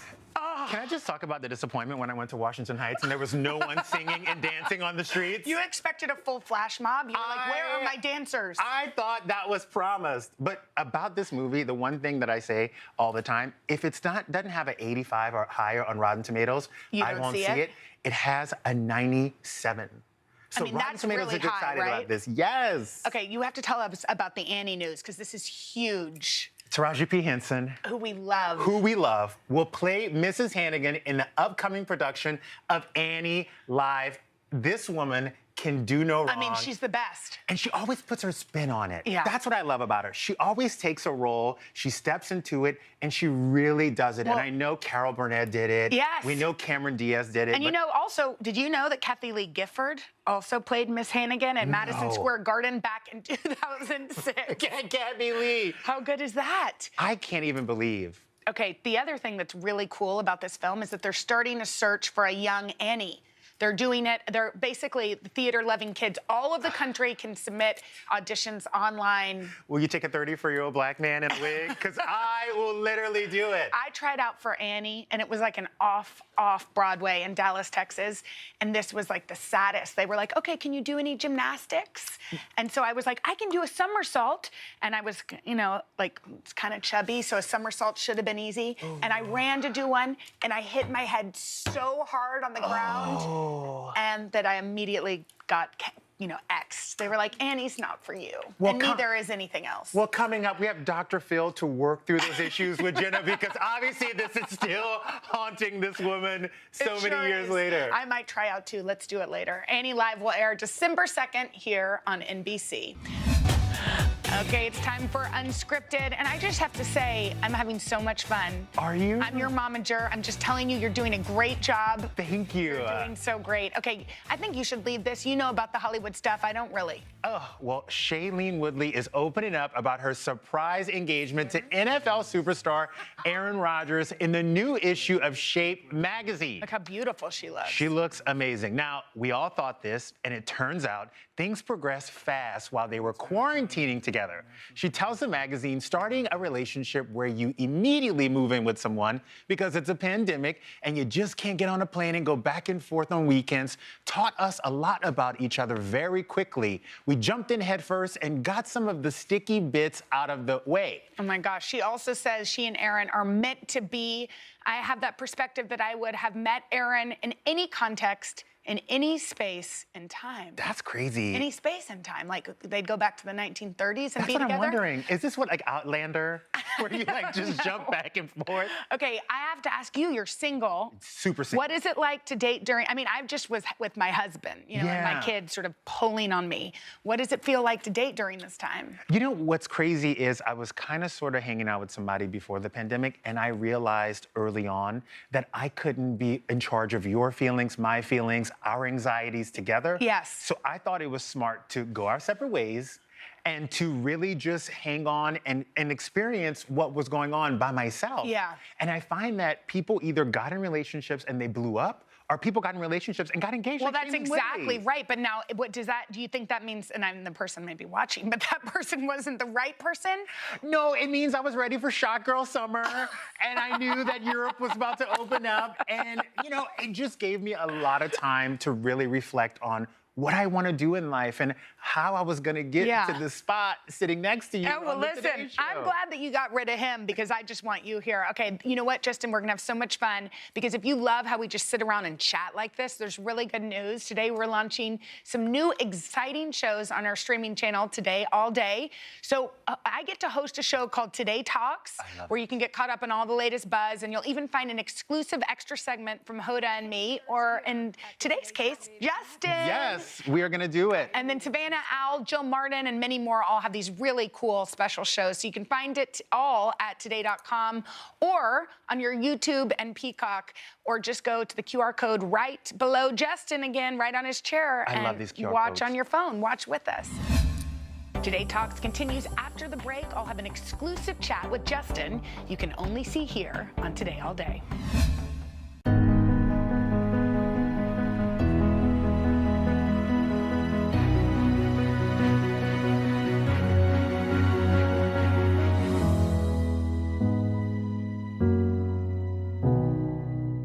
I'm rolling up my sleeves for science, so I'll survive if I contract this virus. For family dinners, family vacations, family anything. For traveling somewhere beyond my living room. And for the Rebels, there is no greater feeling than being in the stadium and cheering on Ole Miss. And now it's your turn. Roll up your sleeves, America. Plan your vaccine, because every shot counts. Visit planyourvaccine.com and make your plan. Our Across America journey here in Louisville, Kentucky. Cleveland. Reporting on an America rebuilding after the pandemic. How narrow a window do you have to really get kids back where we would want them to be? NBC Nightly News with Lester Holt. This is about 50 votes. If you can't get bipartisanship here, where are you going to get it? If China decided to cover this up, can we ever actually get a definitive answer? What happens if we don't act on police reform this year? If it's Sunday, it's Meet the Press. Hi, everybody. Good morning. Welcome to Today. Future's looking bright. Half of all U.S. adults now fully vaccinated. Al is in Cleveland for our Reopening America series. This is the greatest location in the nation. Music is back. Y'all were exactly what we needed. Welcome back to Today Talks. And now for some exclusive content you can only see here on Today All Day. Justin, you did it. First day hosting the Today Show. How was it? I'm not gonna lie, I tinkled a few times. There is a depend in here that is catching some residue. I have to say, it's as fun and as exciting as it seems on TV, as it seems since I watched it since I was a kid. Were you a little kid that watched the Today Show? Was that part of your routine? This was my routine until, I still watch the Today Show in my dressing room at E, but my mom would put it on every morning. We had breakfast, and that's how we got the day started, with the Today Show in the background. And your mom actually didn't really believe that you were doing this. She thinks that I am completely lying about this. So she is probably at work right now watching this with everybody and still not believing that I am on the Today Show. Okay, so as a little kid, you grew up in a small town in Louisiana. What was your dream? Did you want to go into entertainment? Was this something you wanted to do? I wanted to be on The Real World. How tragic is that? All I wanted to do was be on The Real World in order for me to get in front of a camera, in order for me to become a TV personality, a VJ, is what they called it back in the day. Yes. And I didn't know any other way to do it but to get on The Real World. But I'm so lucky. Did you actually try out and stuff? I sent 8 videos, honey. 8? There's probably a library with all videos of me trying to get on The Real World. What'd you do? What was your vibe? Like, you'd be like, hey, I'm Justin Sylvester. I did the whole 9 yards. I dyed my hair blonde. I tried to I figured out every angle I can go in at, but it wasn't my journey. Yeah. The universe said, no, not this way. Okay, but what was the way? Talk about how you got to where you are. Like, it's super cool. Oh, I met Allie Landry at a restaurant. And at 14, she gave me her phone number and was like, whenever you're ready to move to Los Angeles, please come. I will keep the door open for you. So you were there at that restaurant eating, or you were working? I was a waiter at the restaurant. And by the way, I was just jacked up that Allie Landry signed her name on a piece of paper for me. Like, it was crazy. And she's from your little town, too. She's from my little town. When you drive in, it says Home of Allie Landry. Everyone knows. Does it really? Yes. She's like the biggest thing. She's like Beyonce of Bridge, I think they're going to put Louisiana. Allie Landry and then put a little thing that says, and Justin Sylvester. No one believes I'm here. Okay, it's an illusion. And fast forward, I moved to Los Angeles. She welcomes me into her home, and she introduces me to a woman who she says is a friend of hers who's about to start a reality show. And I go to meet this woman. She's kind of crazy. She has 4 kids. She's feeding 4 kids. She has long brown hair. And she's talking about this reality show. And she says, yeah, I might need you for 3 months. Come to my house on Monday. I get to her house on Monday, and it was Kyle Richards. And it was the first day that they were shooting Real Housewives of Beverly Hills. So my entry into Beverly Hills was with the queen of Beverly Hills. And that 3 months lasted 6 years. That is so crazy. I mean, but also kind of serendipitous that she was starting this thing that would turn into this huge show on the day that you happened to be looking for a job. And by the way, she literally was like, yeah, I'm just gonna do this show. It's gonna be fun, blah, blah. I'm like, no, it's intense. I'm a gay man. Let me tell you how is it gonna go. Because, I watched every Real Housewives, and she had no idea what she was getting herself into. She thought she was just gonna go and be herself and just, it was gonna be a fun ride. Yeah. And then we all know how season 1 ended up. But in that so cool that you literally can meet somebody in a restaurant and it can change your entire life. My entire life. And by the way, she was more excited than me that I was doing this. She's called me like 5 times this morning to make sure I was up, to make sure that I was ready. Who, Allie or Kyle? Kyle? Yes. Kyle's like watching, and I hope she thinks I took care of you. Oh, she definitely Okay, does. tell her I love you. All right, that's it for this episode of Today Talks. Keep watching more on Today All Day.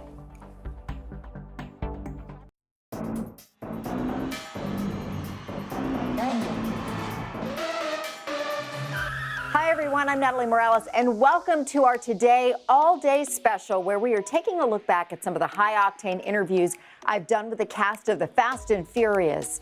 With the release of F9, the franchise's 9th installment, there is no better time to revisit my conversations with the film's stars, including Vin Diesel, Dwayne Johnson, Paul Walker, Ludacris, Jordana Brewster, Michelle Rodriguez, and Tyrese Gibson. F9 is produced by Universal Pictures, which is part of our parent company, NBC Universal.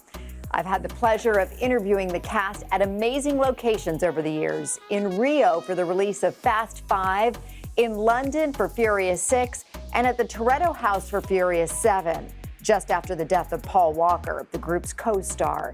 And I even got to hang out with Vin Diesel in a helicopter. Over the next half hour, we're going to revisit those memorable moments as this year marks 2 decades worth of fast cars, thrilling heists, and most importantly, tales of family. First up, let's head to Rio, where I visited with the cast in 2011 before the release of Fast 5. Bom dia você, as they say here. And as you know, these movies, the Fast and Furious franchise, have broken box office records and they have a cult-like following. They're back. I live my life a quarter mile at a time.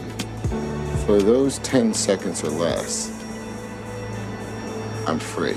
The cast. I'm down. The cars. The races. Crashes. The babes. The franchise speeding across Los Angeles, Miami, Tokyo, Mexico, and now Rio. Fast 5, it's faster, even more furious, and now going to the max, IMAX. Vin Diesel, Paul Walker, and the gang reunited once more, and they've got company. The men we're after are professional runners. They like speed and guaranteed to go down the hardest possible way, so make sure you got your underwear on. We find them, we take them as a team, and we bring them back. And above all else, we don't ever, ever let them get in the cars. And the cast of the Fast 5 is Paul Walker, Vin Diesel, Jordana Brewster, Chris Ludacris Bridges, and Dwayne Johnson. Good morning to all you guys. Great to be here with you live in Rio. Thanks, feels good to be here. Good to be here. Now, Paul, you've said that this movie is a franchise that just never seems to end. Is it going to keep going and going? I don't know. I think the fans are dictating that right now at this point. So, you know, we're excited. The reaction to this one seems really strong, seems positive, and that's all we want, so we'll see what happens. There you go. And Vin, I know for you, you've said that the fans really relate because this is a family of misfits. What do you mean? Just what that is. It's a family brought together of people. From the first movie, the whole idea was that Dom Toretto was the father figure of a family of misfits. And in some ways, Dom Toretto, yeah. And in some ways, this movie, Fast and 5, continues that concept. And so we have a very big family, and family is a very big theme in this movie. It is. In fact, Jordana plays your sister in this movie, not to give anything away, but the family is growing a little bit. Right. And Jordana, actually, you and I have a lot in common because you're half Brazilian. Your mother's Brazilian. You actually grew up here as a kid in Brazil as well. So to be back here shooting in Rio, what was that like? It's amazing. I mean, I absolutely love Rio, and I have a lot of family here, so it was a gift to be able to come home. And, you know, a lot of my heart's here, so it was a gift. Did you teach these guys anything about Brazilian culture, how to speak? I did, and you know, the food here is amazing. We've been out to a lot of the churrascarias here, and we've had caipiroscas, caipirinhas, and yeah, they've been enjoying themselves for sure. And Chris, of course, you're a world-famous musician as well. You got a hot song out right now, Break Your Heart with Tayo Cruz, album coming out this summer. So if you had to choose, you got acting, you got music, what do you pick? Standing here amongst all these great actors, I would have to say right now I would choose the acting, of course. But music is my #1 love, but of course, hey, being in a movie with these guys right here, I don't think anything can match that. So I'm happy to be back. And you talked about breaking records. This one right here is going to break all the records that have been. Trust me. Fast Five, Trust yeah, me on absolutely. That. And Dwayne, you are the new guy to the bunch, new to the family. Were there any hazing rituals involved? No, there wasn't any hazing. You know, these guys will try to haze for a Tough little love. bit. Then it's, you know. Who wins? Let me guess. I gotta say, no. I gotta say, these guys were great. And you think about how epic the franchise has been over the course of 10 years, and how difficult that is to sustain that type of success. This group of actors has done an incredible job at delivering an incredible product over the past 10 years. So I was happy to come on board, help elevate this thing, create a character that's going to be formidable. And chase these guys down, hunt these guys down, and bring their asses in. Sorry to cuss so early in the morning. Wow, I'm excited. Beat West Coast. You're so big, buff, and strong. Should I keep going? And good looking, yeah, go. And humble. And humble. But I hear you actually had a hard time getting into those fast little cars. Is that true? I can appreciate those cars, but you know, it's a good thing, which is why I'm a pickup man. Ford tough, Bill Ford tough all the way. These guys, all of them, by the way, have the luxury of driving those super cool cars. Yeah. Jordana, you didn't even know how to drive when you started in the film. I didn't. How'd you get to? You're like Miss Speed Racer. I'm a New Yorker, so I didn't have my license yet, so I had to get it. And by now I'm a little better. And Vin, you've produced. This is your second time producing this film now. So, what's it? A little added pressure, producer plus the actor in the film. Continuing. For me, it's an opportunity to really celebrate the entire process. Not a bad gig, right? Well, coming up, we're continuing our journey into our Fast and Furious vault by traveling to London for Furious 6. Stay with us. This is about 50 votes. If you can't get bipartisanship here, where are you going to get it? If China decided to cover this up, can we ever actually get a definitive answer? What happens if we don't act on police reform this year? If it's Sunday, it's Meet the Press. Hi, everybody. Good morning. Welcome to Today. Future's looking bright. Half of all U.S. adults now fully vaccinated. Al is in Cleveland for our Reopening America series. This is the greatest location in the nation. Music is back. Y'all were exactly what we needed. Our week-long journey begins here in Orlando, Louisville, Kentucky, Cleveland. Our Across America journey reporting on an America rebuilding and reimagining a future after the pandemic. Breaking news tonight, the ceasefire in the Middle East after 11 days of deadly violence. Richard Engel is on the ground. Do you think there's a connection between policing and racism? How narrow a window do you have to really get kids back where we would want them to be? NBC Nightly News with Lester Holt. Make the most of your day with Today in 30. We give you a mix of everything you love about our show in a mere 30 minutes. Watch Today in 30 on your schedule, streaming every day on Today All Day. This is about 50 votes. If you can't get bipartisanship here, where are you going to get it? If China decided to cover this up, can we ever actually get a definitive answer? What happens if we don't act on police reform this year? If it's Sunday, it's Meet the Press. Welcome back, and thanks for joining us as we look back on the Fast and Furious movies. Now, London was the perfect backdrop for my interview with this Furious 6 cast in 2013. Take a look. The Fast and the Furious. More than a decade of high-energy action. Cars, cash, racing, rivalries. It don't matter if you win by an inch or a mile. Winning's winning.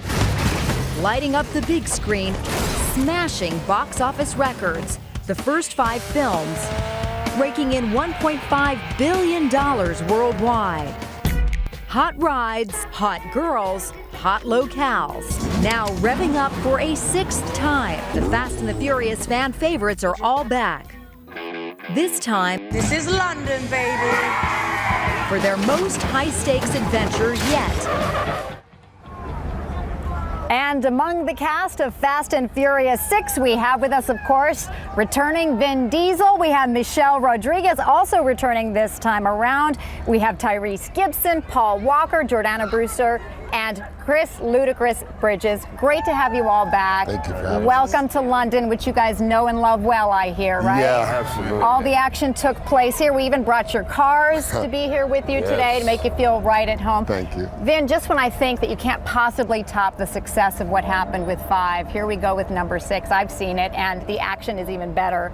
So what are the expectations? I mean, how far can you go with this? I think we can go as far as the fans demand us to keep making movies. We've been lucky that we've had such a strong fan base. They love the action, but they love our cast. The action wouldn't be anything without the cast, wouldn't be anything without the performances and the dedication that the cast puts into making these action sequences seem real and feel real and add stakes to each of the action sequences. But ultimately, we keep doing it because of the fans, because people. of them, because of right. all of them. Yes, and they come wherever you are, they show up. Exactly. Now, I understand from the last one we saw you all take off, go your separate ways after a successful heist in Rio. Yeah. So now you start off in all the different parts of the world, That's but you right. come back together. And Tyrese, what brings you all back together? You know what? I think the family and the bond on and off camera, and it's, to be honest, when you're working on a movie of this magnitude, domestically and internationally, it's nothing like feeling like you're working on something that people are really anticipating. It makes you really think about the characters, it really thinks about the story and the next level. It's like, imagine Fast 5 being the most successful one and then following it with 6. I mean, we can't go backwards, we got to go up. Right. It's a lot of pressure, but we deliver. Speaking of family, the family's expanded a bit. You know, we see Paul and Jordana, your characters, Brian and Mia, have a little baby this time around. So parenthood kind of changes things a little bit, right? Yeah. How does it change, Paul?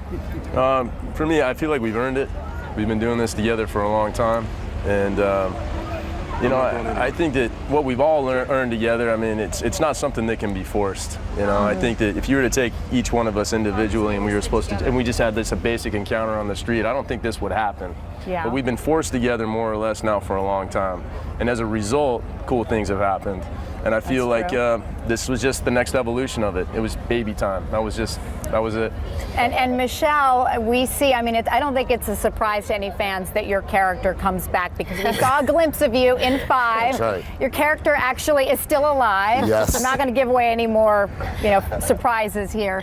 But did you know when the plot lines were being written way back when that your character was going to come back? That's a funny thing, because, me and Vin have such a long-standing 13-year friendship since, on and off screen. And, I found out about it by buying a ticket to go see it in Paris. And then when I call him up, Vin, and I'm like, dude, what's up? Why is there a picture of me? And when were you planning on telling me about this?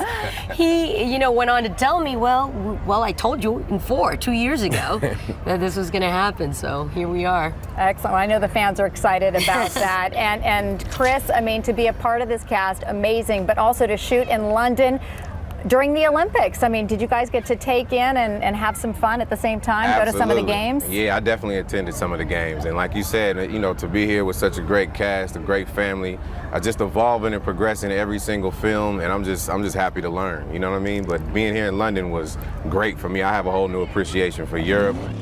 Such great memories from that interview. Now, still to come, a touching conversation with the Furious 7 cast after the death of their beloved co-star, Paul Walker. We'll be right back.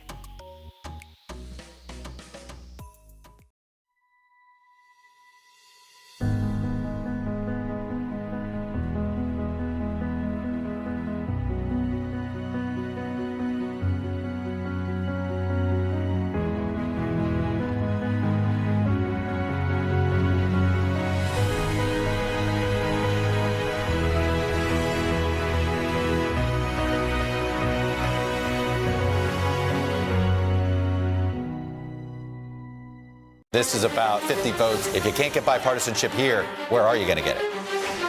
If China decided to cover this up, can we ever actually get a definitive answer? What happens if we don't act on police reform this year? If it's Sunday, it's Meet the Press. Good morning, everybody. Welcome to Today. Future's looking bright. Are you ready? We're going to do our part to spread the word on the importance of vaccines, so crucial for reopening America. A big day around here. A very special naturalization ceremony. Many of them doctors, nurses, other essential workers. If you are a nurse, thank you. Spring has sprung, guys, and we want to fill this season with some fun and surprises. Yes, this is the face of excitement. Celebrating Earth Day. Let's change the world. Love it!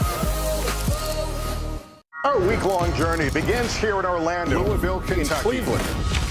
Our Across America journey reporting on an America rebuilding and reimagining a future after the pandemic. Breaking news tonight, the ceasefire in the Middle East after 11 days of deadly violence. Richard Engel is on the ground. Do you think there's a connection between policing and racism? How narrow a window do you have to really get kids back where we would want them to be? NBC Nightly News with Lester Holt.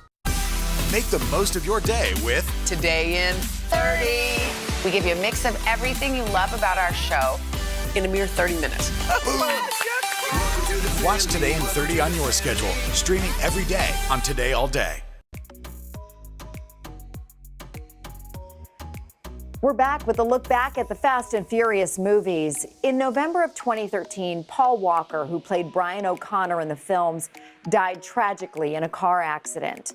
The cast members, who consider themselves a family, sat down with me after his death at the Toretto house, which is a significant location in the film's storyline. As they processed their grief, they reflected on how they wanted to honor Walker through the release of Furious 7. I had to gather the family around the table because it just seems appropriate to be here at the Toretto house. Yes. And in the backyard, and this barbecue, like you guys do in the film. And I can't believe how much you've already eaten. It's I unbelievable know. how much she eats. I have to apologize, I ate a lot of the beans. Okay. We're prepped. We're ready. Move away from her. We're outdoors. Obviously, it's got to be a really difficult time to be doing the press tour and promoting a film at the same time. You're also dealing and talking about the loss of your friend, Paul Walker. Yeah. Yeah. How much does that weigh on you all? As much as we could find ourselves feeling like, man, well, isn't it selfish to be out promoting and trying to sell all of this energy about the movie when the obvious happened? But it's that is the reason to do it, because acting is art. And Paul is a part of this culture in our world and what we've all did together for all of these years. And we want the world to know that this is some beautiful art that he left us with. When I finally saw the movie, I breathed a huge sigh of relief because it is beautiful and he's so good in it. And the tribute to it is so fitting and beautiful. And I am really happy that the fans get to see that. No matter what conversations we had with him, it would always circle back around to how much he liked to give. And it's his humanitarian efforts and his philanthropic efforts and, his reach out worldwide organization, no matter what, it would always come back to how he wanted to change the world. And he's still doing that. His brothers were so key in helping you to complete the film, James. Mm-hmm. Are they now part of this big family as well? Directing his brothers and directing them to work with everyone else here, I think gave everyone here closure as well. And I think I think that was something that was very important for us. When we all clearly could see that Paul's brothers look exactly like him, and we got into how to move forward, and they were physically on the set with us every day, we actually felt like our brother was still with us. Dwayne, you came into the family a little bit later in Fast 5, and was it apparent to you right away that this was a bond that was going to be forever? I had the privilege of coming into something that was already established and incredibly successful before I got there. Because we were all friends outside of the movie. We'd see each other around, support each other's movies. We got the like same that. tattoo artist. We have the same tattoo artist, right? yes. He has a picture of me on his lower back. I gotta see it. Come on. Show us. We have such a great team. It's not like other movies. When we come to work, we all want the movie to be as special as possible. We all knew that it was our job to leave a legacy for someone we love and someone the world loved. And that's why the ending is as precious as it is. Hats off to you, James. Yeah. Everyone. So much love there for their co-star Paul Walker, and what a conversation we had, so emotional. Now that same year, I jumped into a helicopter with Vin Diesel, where he revealed to me the special inspiration behind his baby daughter's name. Justin, you didn't think it could get any better, huh? Here we go. With the latest film in the Furious franchise set for release next week, what better way to spend some time with Vin Diesel than up in the air, overlooking where it all started? See the Hollywood sign there, of course. Do you remember the first time you saw that sign when you first moved here? Yes, I do. What was that like? It was 1990. Yeah.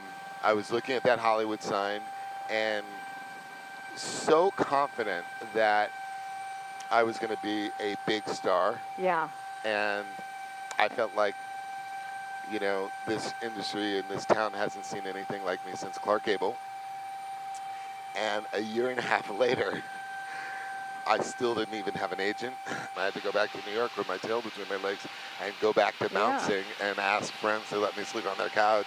When did you find in yourself that you wanted to become an actor? At what point was that? I grew up in an artist housing in Manhattan. So I was exposed to actors and jazz musicians and painters and sculptors at a very early age. Miles Davis was recording in my basement. Wow, really? Yeah, it was a real... That's amazing. So I always wanted to be a performer. Now, 14 years into the Fast and Furious saga, he's a superstar. But with the death of his close friend and co-star Paul Walker, the making of Furious 7 was a struggle. How has Paul influenced your life? Not just, I mean, you talked about how much he is a brother to you. He taught you about fatherhood. He went into fatherhood a lot earlier than I did. That he took on that role of kind of being the guide into fatherhood for me. It's kind of beautiful. The one thing Paul always wanted me to do was be present at my child's birth. I mean, he was so adamant about it. When I did Fast and Furious 5 and we were on the bridge in Puerto Rico and we're doing the end scene and Paul Walker and I come out of that car, her water broke in New York and my son was being born. He was like, we can film later. No, this is not a deal. You have to go now. And he was right, and I did. How has fatherhood changed you? I don't know if it's because I have kids. I don't want to be a killer. Yeah. I don't enjoy killer mode as much as I used to. And I can't do it as often. It may be even less now. Earlier this week, Vin shared exclusively with us the name of his new baby girl. While I was in the delivery room, I said that I felt like Paul was there. I named her Pauline. Pauline, that's awesome. Wow, it is so moving to see these interviews again. Now, fatherhood is such an important theme throughout the franchise, and I always enjoy sitting down with Vin. And recently we spoke about F9, the latest installment to the franchise. So stay tuned right after the break. I'm rolling up my sleeves for science, so I'll survive if I contract this virus. For family dinners, family vacations, family anything. For traveling somewhere beyond my living room. And for the Rebels, there is no greater feeling than being in the stadium and cheering on Ole Miss. And now it's your turn. Roll up your sleeves, America. Plan your vaccine, because every shot counts. Visit planyourvaccine.com and make your plan. Make the most of your day with Today in 30. We give you a mix of everything you love about our show in a mere 30 minutes. Watch Today in 30 on your schedule, streaming every day on Today All Day. Make the most of your day with Today in 30. We give you a mix of everything you love about our show in a mere 30 minutes. Savannah and Hoda bring you what you must know. The biggest moments of the morning. One Republic! Exclusive interviews. Why did it work for you? You're right. I am more talented than the rest. and important headlines. Major medical news this morning. Watch Today in 30 on your schedule, streaming every day on Today All Day. The Meet the Press Chuck Toddcast, free wherever you get your podcasts. For breaking news in our changing world, download the NBC News app. The Meet the Press Chuck Toddcast, free wherever you get your podcasts.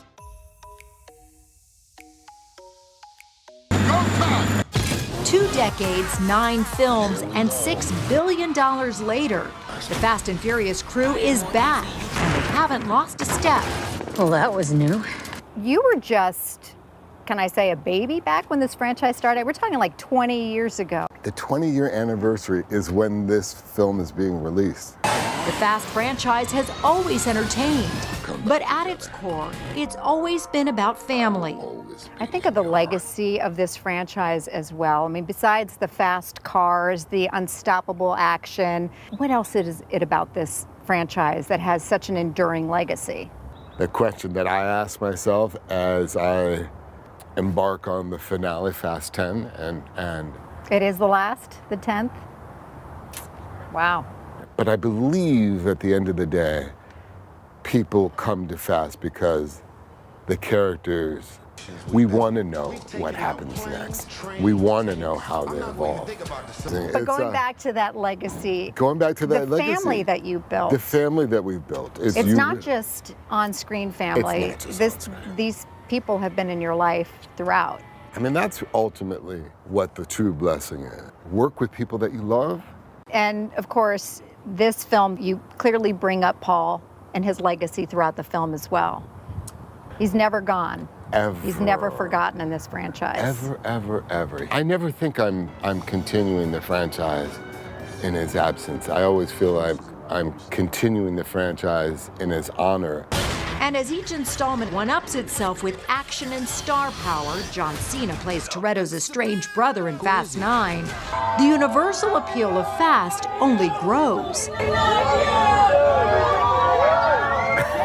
Will you be my ride or die? Because we've got our own little VIP tram to go see you on your ride. Okay, Yes. I mean, guys, you want to do that? Ride or die! This one takes you to the jungles, it takes you to Tokyo, London, and outer space. I mean, it's crazy. Where else? I mean, where else can could you go? Yeah. Back in time. Oh, or there the you future. go. Back to the future. For Fast 9, after a year's delay, the future is now, already grossing nearly $300 million overseas ahead of its U.S. release. It's so surreal to come full circle and to see something completed like that. I don't often reflect back enough on stuff that I've done. I always feel like I'm a minute away from having to produce the next film. And for Vin, who is already 6 months into pre-production on Fast 10, the hope is this movie brings audiences back to the theater. Is there pressure, though, thinking that this is the movie that is hopefully going to pack audiences and pack theaters once again? Last year, I might have been frustrated. Now I feel like we're here just in time to salvage that theatrical experience. Good luck and great success. Godspeed as always. Mi Very padrino. happy. I love it. Thank you. It's hard to believe these movies are still going strong after 2 decades. It has been a delight to sit down with Vin Diesel and the cast over all these years.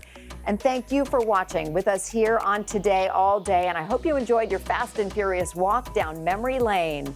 F9 is produced by Universal Pictures, which is part of our parent company, NBC Universal. Welcome to Today All Day. All day? Today, all day. All day. This is a long way of asking who's your favorite character you've ever played? The unicorn. The unicorn. You gotta have the unicorn. What is she right there? That's why you're saying all these nice things? Yeah, you gave me the look. Sorry to disturb your day. Everyone's mad at you, Willie. Better make this fast. I don't want the wrath of Luna. When I see you, I always think, I wonder what his quote would be. Give us 6 minutes and we'll ask as many questions as we can. Welcome to Cold Cuts. Cold cut, cold cut. My buddy Cal cooking with me. Dads don't babysit. It's called parenting. What was the first book you remember loving? Heart Smart today with simple exercises to strengthen your heart. Make the most of your beach days. It's all about the tracksuit now. How good do they look? I now pronounce you husband and wife. Kiss the bride. This morning, a story of people helping people. You've received tons of letters from people who have been inspired. Let's do the weather out. Okay. All you gotta do is say, it's cold, it's warm, it's raining, it's snowing. That's it. One of our most favorite franchises ever, Ambush Makeovers. Okay. Look at it. It doesn't look so good. No, it doesn't look good. Will you judge us in a cook-off? I will, and you guys will definitely win something. Today, all day. All day? All day.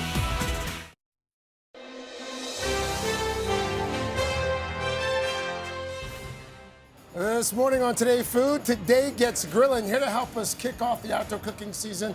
Who better than America's favorite lifestyle maven, Martha Stewart. She's out with a new book. It's a guide to all things grilling. It's called What Else But Martha Stewart's Grilling. Yes. The 95th cookbook. Yeah, well, 95th book. 95th book. Lots of those are cookbooks. But grilling, it's the season. The weather has finally gotten beautiful. Yes. And people really like to cook outdoors. I enjoy cooking outdoors as well. In fact, Now, just do you have a last- grill like this, a charcoal? or- I'm a gas guy. You're a gas guy. Because it's faster for me. I've got Okay. the small kids. I'm just trying to get in, get out. Right. But I know you love charcoal. I love real hard charcoal, the kind the jewelers use. It gets up to 900 degrees. I like it really hot, and I really like pure. So I don't want to use any starter. Don't use those starter fluids. Okay. You know, start with, How do you keep your grates clean? Well, first, of course, put your grill away clean. Every time you use it, use a brush like this. Scrub that grate so it's nice and clean. Okay. You can use a little bit of oil on a piece of paper towel and a tong like this, and clean your grill. And then you cook. Now, this chicken has been cooking for about 20 minutes. You want chicken. This is for the first recipe. You want the chicken 165 degrees. 165. You Yes. need your outdoor thermometer. Yes, Make sure you get have your little instant read There we thermometer, go. and you just use that. All right, let's get Then- cooking here, Martha. Okay, Let's so make this this chicken. is chicken with green chili dressing. It is so delicious. Once it's cooked, you make a dressing of cilantro, zest of lime, juice of 1 lime, olive oil. And we can make this dressing ahead of time. Oh, yes, and you can set it actually gets better ahead of time. Some scallions, some serrano peppers. That's your dressing. That's pretty simple. And it's so simple. How long do you marinate? No, you don't marinate. This is cooked on the grill, just Oh. salt and pepper.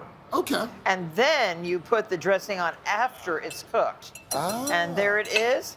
And everybody's going to have a taste. You're going to have a taste of this. You're going to love it. They're already tasting down Oh, there. yeah. What's the verdict, Now, Carson Daly? What do you think? Oh, I mean, come on. Chicken, Martha. good. What can't you do? It's amazing. The next thing is the Korean skirt steak. That's the And now best. it's sort of like a skirt steak, but it is a short rib cut in the flank style. See this? See how I beautiful love this ribs. is? They're my favorite to Yes. cook on the grill, but So instead traditional of the ribs take long forever. ribs, yes, this is cut in the opposite direction, and boy, is it good. This is marinated, and the marinade is soy sauce. Not marinade. No. Marinade. Marinade. Marinade. And it is rice vinegar, sesame seeds, white or black, soy sauce, scallion, a little bit of light brown sugar, and freshly grated ginger and garlic. Okay. You want to grate a little ginger? Yes, ma'am. How much ginger do we use? Well, you just grate it like that. Yep. You know, a lot. Go back and forth. Yes. And then you Don't be afraid, Melvin. Just grate it. I'm grating it. I'm grating it. Martha, is that enough? Yep, that's good. And put that all in there. Yep.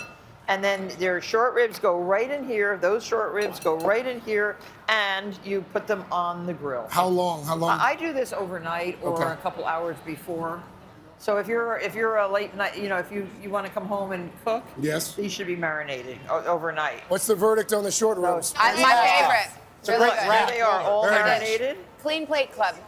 And then you just put these 3 minutes aside. I'll do that for you. Yep, Martha. you do that. I'll make myself useful here. 3 minutes aside. Oh yeah, nice and flat. All right. Yes, ma'am. And you can also use these protective gloves. These have a little bit of silicone on them. So if you want to pick stuff Look up. at Guthrie helping out there. That's right. Good. Do this. We got a burner over here. 5 minutes aside. Oh, okay. We got about 20 minutes on this. Okay. side. The others, do it that way. Yeah. Yeah, I that's got there just in time. pretty well done. Yeah. And so this is served on lettuce leaves with kimchi and the wonderful fermented chili sauce. Do you like that? And scallions and cucumber. And this is so delicious. That's how you serve it. All right. What do you think? I'm a big fan of Korean. And then grilled salmon is my favorite because I love light salads in the summertime. And a grilled salmon. This is a salmon that's been overcooked. Not really. No, That is so beautiful. Look how nice.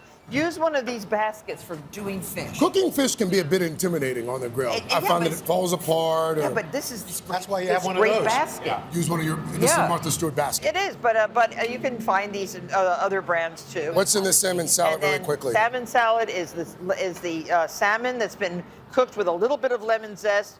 Always squeeze fresh lemon juice over it. Flake it up. You want to flake it up, or you can stir. I'll stir. Yes, there. And there's a great dressing. Do you like anchovy? I do, in moderation. Oh, good. So there's a dressing with olive oil, anchovy, a little mustard, salt, and pepper. Just pour that all over the whole thing. Whole thing, whole bottle? Yep. Okay. And then flake the salmon into big flakes. Al, what's the verdict? This is terrific. Delicious. Like a salmon And is this swab. goes Where'd you in get these here. eggs, Martha? Those are eggs right Those are fresh. You can find all the recipes today.com. These are Martha /food Stewart for eggs. Martha's book. Today.com/shop. All right, and good morning. This morning on Today Food, we're getting our grill on. We got two of the best in the biz, longtime chef frenemies, Bobby Flay and Michael Symon, are turning up the heat with their new Food Network show, Barbecue Brawl. Sounds violent. Flay versus Symon. They will be battling it out to see who's the ultimate grill master. Guys, good morning. We're joined by Antony. It's Antony. Close enough. That's close enough. That's close enough. We're distracted by the steak. That's right. And you even said, when you looked, you saw blueberries. Blackberries, and you thought, I wow. never thought blackberries with corn on steak, and that's brilliant. I love learning new things every day. So, guys, what's the concept of your show? So the concept of the show is basically Michael and I are the coaches of some barbecue experts who have very heavy artillery in that division. And so he has a team, I have a team, and then it all goes down. Well, and him and I have been best friends for a long, long time, but we've never competed against each other on TV. Well, let's get started. This is the first time that we're going all right, at it. We're doing skirt steak two different ways. That's exactly We're right. going to start with Michael. Okay. All right. Flay. All right, so why do you like skirt steak? I like skirt steak because it's not a very expensive cut in the world of beef, but it packs as much flavor as any cut there is. Give me skirt steak over tenderloin every day of the week. Okay, so how are you doing it? So we have a very simple rub. A little bit of smoked chipotle, cumin, coriander, and sea salt. And I'm going to just whisk those together and then liberally put those on the steak. Now, if you had the time, you could do this the night before and really let that kind of settle in. But it's delicious if you just do it as is too. Little drizzle of olive season oil. aggressively. Aggressively. The meat does not come seasoned, as everyone knows. So you got to kind of hit it real good on both sides. And then I have a hot side of the grill, and I'm going to take those steaks and put them on the hottest side to start. And then I'll move them over as they go. On each side? I'm going to go, skirt steak's a pretty thin cut, so I'm going to go about 3 minutes aside. All right. Do you agree, Ann? It's so fast. Yeah, very quick. All right. Now, we're going to make a little salad. Simple dressing. A little bit of lime zest, some fresh garlic, jalapeno. I took out the ribs and the seeds, but you could leave them. Lime juice, and I go 1 part lime juice, 2 parts extra virgin olive oil, and I'm just visualizing it. Right. Nice pinch of salt, and we whisk that together. And what this becomes is our vinaigrette for the corn salad, but also the important thing for me is I want to, Bobby puts a lot of flavor in this food, so we want to get that extra bump of flavor. So I take half of this and put it in the separate bowl. When the steak comes off the grill, and you want to let it rest. Yes, Al, and I let it rest in the marinade. Oh, So fresh it's- garlic on there. Yeah, so it's going to absorb that lime, the juice, and all those things. And then we just put our salad together, the corn, the berries, scallions, cilantro, mix it together, and this tops our steak. Right. So all the berries are fresh these days. The corn is coming off out of the field. This is all the peak of summer, and as you know, corn and blackberries are delicious together. I'm going to slice that up. up. Yep. And Against here we the go. grain. Let's Yeah. ask our tasters. We got the Fab Five, the 4 now. So good. Yes, yummy. How's the cilantro, Jonathan? He loves it. You have a cilantro hater? Whoa. I would have taken it out for you. Don't I hate tried the to convert cilantro, him, but hate it's the just game. not happening. Bobby, what are you up to? Beautiful. I'm also making skirt steak. I don't know what Michael said, but I really love skirt steak. It's the steak that I want, even over a New York steak or a filet mignon. Yes, absolutely. Wonderful flavor, and also you can get a really fantastic crust on it, and that's really the key. Make sure you leave it on the grill, on the very hot grill, on one side till it gets very, very crusty, so you get that contrast of texture. So I'm going to serve it with a jalapeno pesto. So very quickly, we take some jalapenos and grill them and char them, and we cover them with some plastic wrap, and we steam them, so we get these chopped jalapenos. So it steams in the chili. Exactly right. Skin comes off easily. So then so pesto. We have some cilantro, some basil, some of the jalapenos, and then some classic pesto ingredients: Parmesan cheese, garlic, and pine nuts. Right. And then we give it a whirl in the food processor, and then we emulsify it with the olive oil. All right. Okay. And then you have this beautiful pesto, and it's not spicy, but it has a nice little bite to it. What are you were going to say something, Savannah? I love that you put cilantro and basil together. A lot of oil. Tan and I are noticing how much oil. Extra virgin olive oil is good for you. Come on, guys. Good fats. It's good fats. Oh my Wow, God. cleaning them up very quickly. Ridiculous. Okay. Anyway, so quick tip on how to get the pit out of an avocado. Use the back end of your knife and just pull it out, and then don't do this, because that's when you run into problems. Just go like this and just drop it. Okay. And then I make some squares right into the shell itself. Right. And I take the avocado and I make a salad. Avocado, corn, tomatoes, and then some red onions, some vinegar, Got some olive basil oil, exactly, and some I herbs. love a big piece of red onion. Beautiful salad, very, very simple. And then the key to this Come on over, Michael. is to slice this against the grain. Right. You see the grain running this way, Right. so you slice it against it, and then you will absolutely get a tender piece of skirt steak. Guys, what do you think? So many people don't know that. Like they're against the both grain. really, really good. Enjoying it? Yeah, Love delicious. it? Okay, hands up. Who likes Michael's better? Okay, which Who one's likes Michael? Bobby's better? Which one's is it? I don't know. The one with the avocado is You gotta make it up to Bobby. Bobby. I think Bobby. Wow. With the green sauce. And this is Thank you, Savannah. The cilantro and basil together is brilliant. Yes? Sorry, but it's too Spicy. Go spicy. ahead. We've got to split Spicy. Yeah, the Decision. He thinks this is. Thank you, Willie. We Thank like you. this, Jay. This worked out well. Michael Symon, Bobby Flay, Big A, Fab Five, everybody, thanks so much. To get these recipes, head to today.com/food.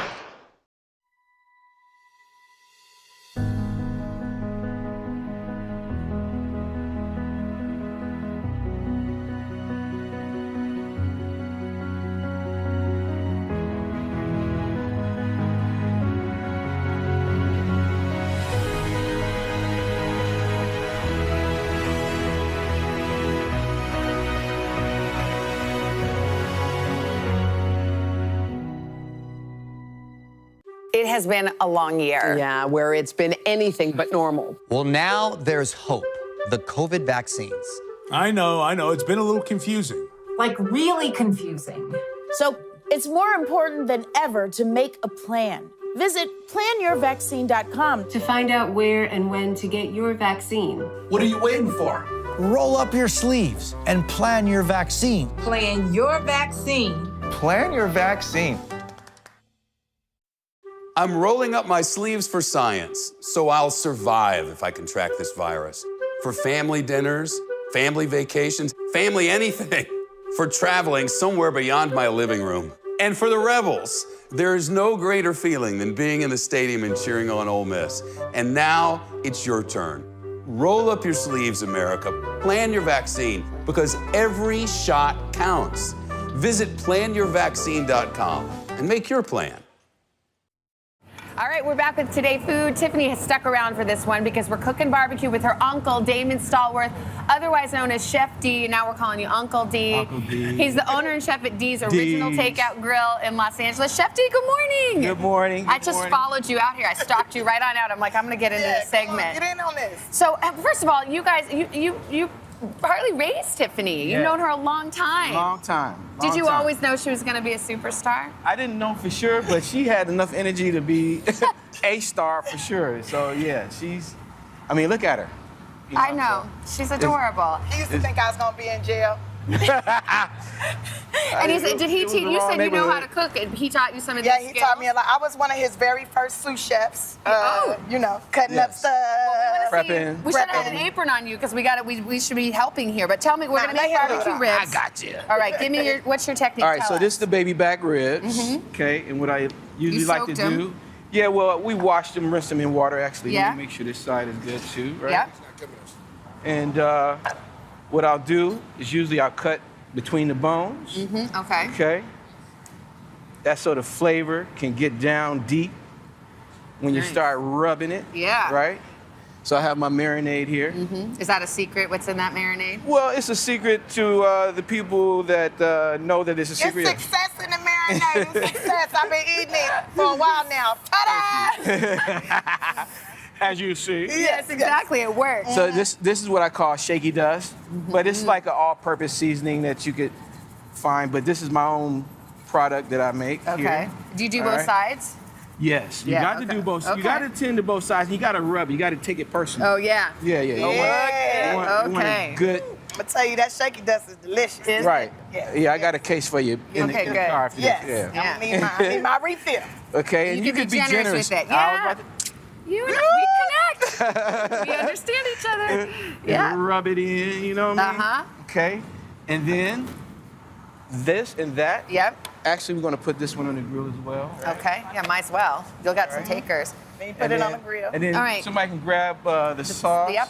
So what's your grilling technique? Well, I like to grill and glaze. Okay. So let me get a tong, Tiff. Okay.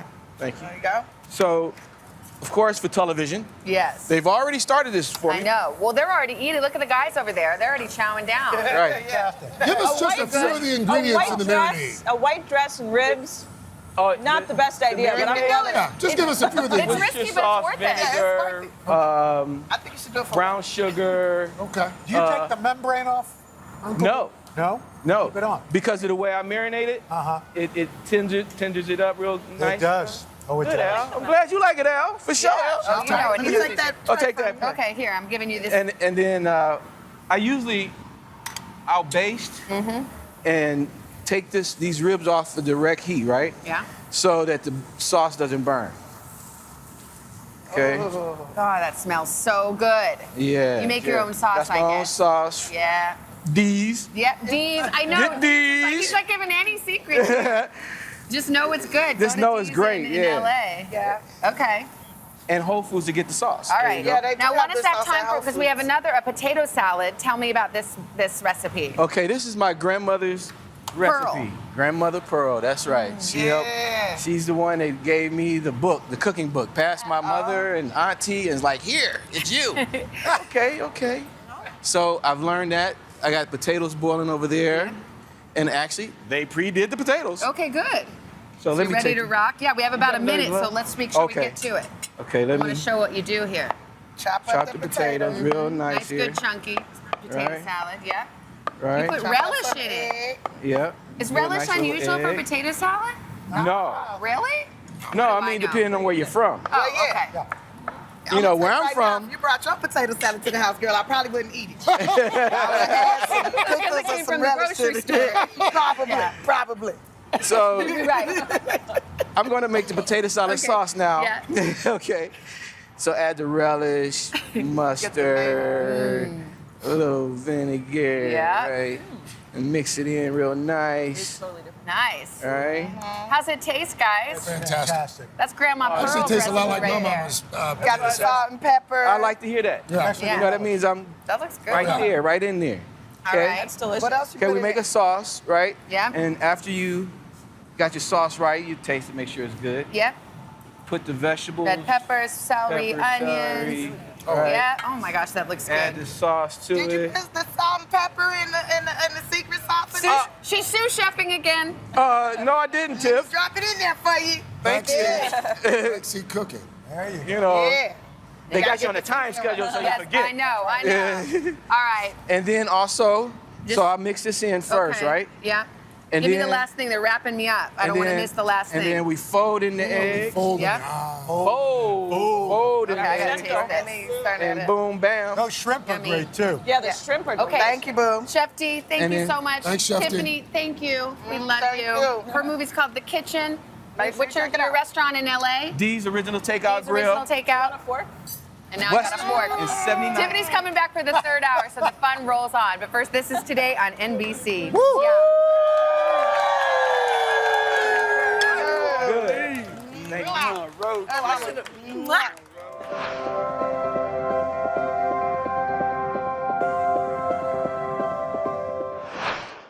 It has been a long year. Yeah, where it's been anything but normal. Well, now there's hope. The COVID vaccines. I know. It's been a little confusing. Like, really confusing. So it's more important than ever to make a plan. Visit planyourvaccine.com To find out where and when to get your vaccine. What are you waiting for? Roll up your sleeves and plan your vaccine. Plan your vaccine. Plan your vaccine. Hi, everybody. Good morning. Welcome to Today. Future's looking bright. Are you ready? Half of all U.S. adults now fully vaccinated. A huge lift is underway for one of the most celebrated cities in this country, Cleveland, Ohio. This is the greatest location in the nation. We're having a baby. Wow. The big reveal is under the lid. Hey now. Things are looking brighter, so we want to help you find the fun in 21. Music is back. Y'all were exactly what we needed. This is about 50 votes. If you can't get bipartisanship here, where are you going to get it? If China decided to cover this up, can we ever actually get a definitive answer? What happens if we don't act on police reform this year? If it's Sunday, it's Meet the Press. Hi, everybody. Good morning. Welcome to Today. Future's looking bright. Half of all U.S. adults now fully vaccinated. Al is in Cleveland for our Reopening America series. This is the greatest location in the nation. Music is back. Y'all were exactly what we needed. Hi, everybody. Good morning. Welcome to Today. Future's looking bright. Are you ready? Half of all U.S. adults now fully vaccinated. A huge lift is underway for one of the most celebrated cities in this country, Cleveland, Ohio. This is the greatest location in the nation. We're having a baby. Wow. The big reveal is under the lid. Hey now. Things are looking brighter, so we want to help you find the fun in 21. Music is back. Y'all were exactly what we needed. It's summer, so there's no reason not to get your grill on. And here to help us all out, we've got one of the kings of barbecue, Rodney Scott. He's a James Beard award-winning chef and pitmaster and co-owner of Rodney Scott's Whole Hog Barbecue restaurant in South Carolina and Alabama. And he's cooking up some ribs. Hi, Rodney. Yes. Good morning. How are you? I love your shirt and I love some ribs. But I have to say, I'm intimidated by cooking them or grilling them. What makes a secret to a good rib? The secret to a good rib, you want to, sorry. No, that's okay. The secret to a good rib is you find a rib of your choice. In this particular situation, we have the spare rib. So our spare rib is one of the inexpensive cuts. Mm-hmm. And we have Rodney's Rib Rub. So follow me if you will. You would take your spare rib. Once you've taken the membrane off, and you're going to sprinkle it. You just want to Sprinkle it. I like it. Yeah, just a nice sprinkle. So how do you know when you've got enough rub on the ribs? When do you stop sprinkling? You will stop sprinkling around about 2 tablespoons, or when you got a nice generous coverage like such. Okay, cool. You don't want to leave too many bare spots. Once you do one side, you want to flip it over. Mm-hmm. You want to do the exact same thing. Again, you can see that the membrane has been removed. Mm-hmm. So how hot do we get that grill to put You that? want your grill at about 200 to about 250. You don't want to get too hot too fast. And another secret you want to always do with that is take this little flap. Mm-hmm. So that spot doesn't look like it didn't receive any love. Yeah, that's good. Let's give it all love. Let's give it all love.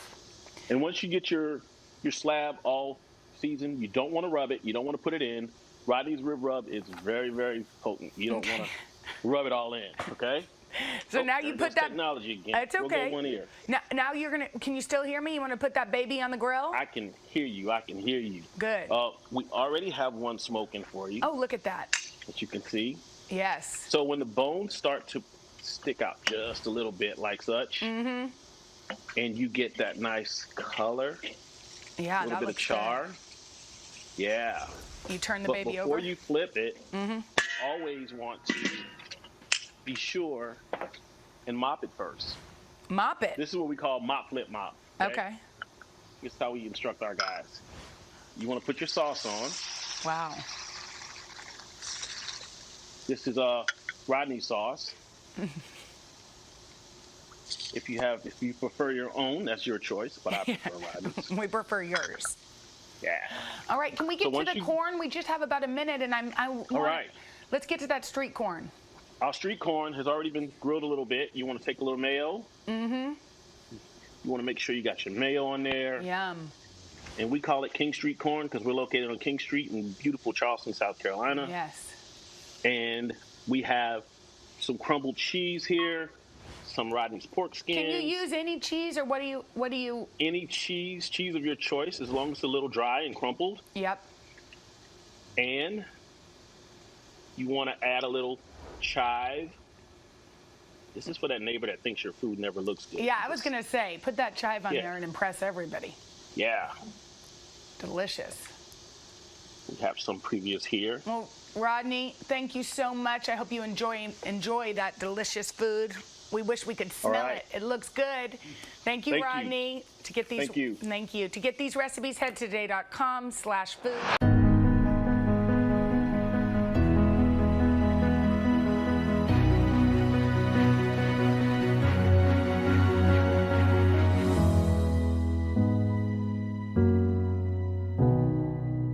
It has been a long year. Yeah, where it's been anything but normal. Well, now there's hope. The COVID vaccines. I know. It's been a little confusing. Like really confusing.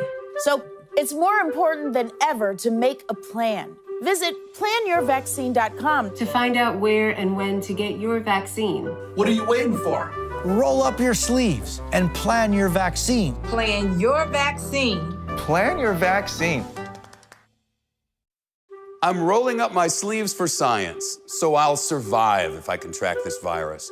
For family dinners, family vacations, family anything. For traveling somewhere beyond my living room. And for the Rebels, there is no greater feeling than being in the stadium and cheering on Ole Miss. And now it's your turn. Roll up your sleeves, America. Plan your vaccine, because every shot counts. Visit planyourvaccine.com and make your plan.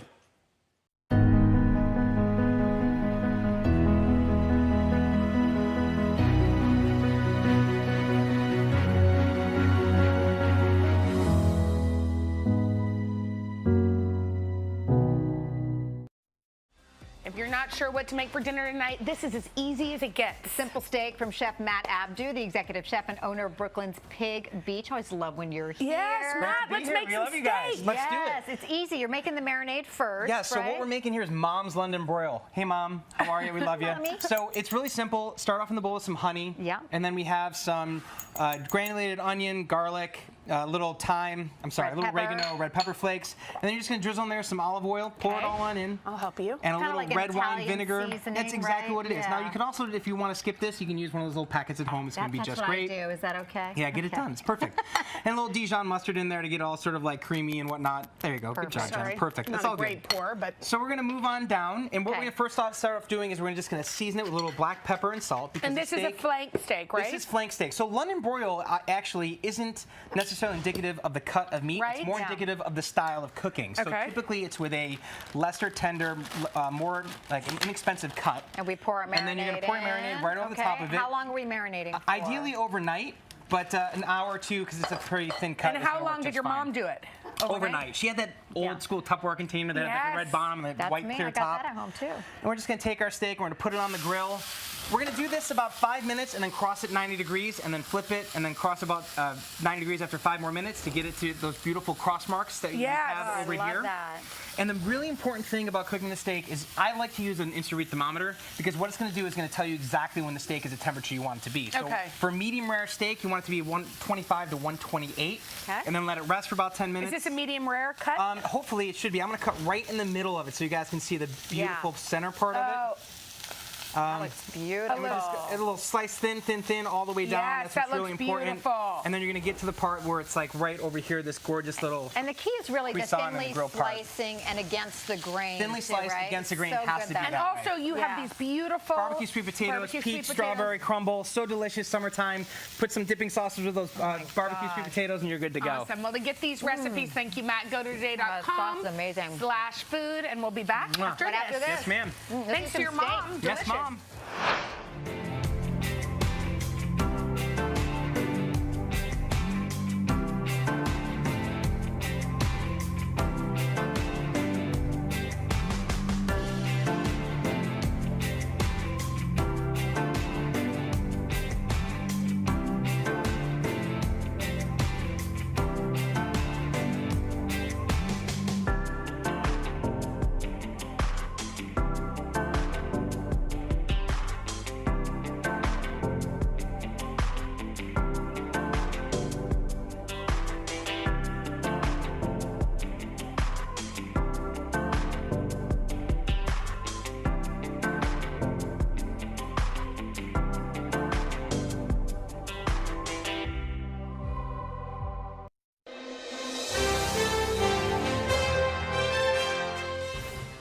So I saw the movie, News of the World.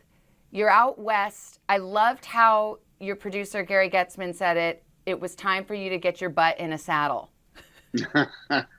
How did your butt like the saddle? Well, I love the saddle, and I love the horse, and I love the being outdoors. You know, there's not a lot of Westerns that are made. You know, everybody says, how come it's taken this long to do a Western? It's because they don't make a lot of Westerns. Science fiction as a genre has slid into the place that the mythic Western used to be.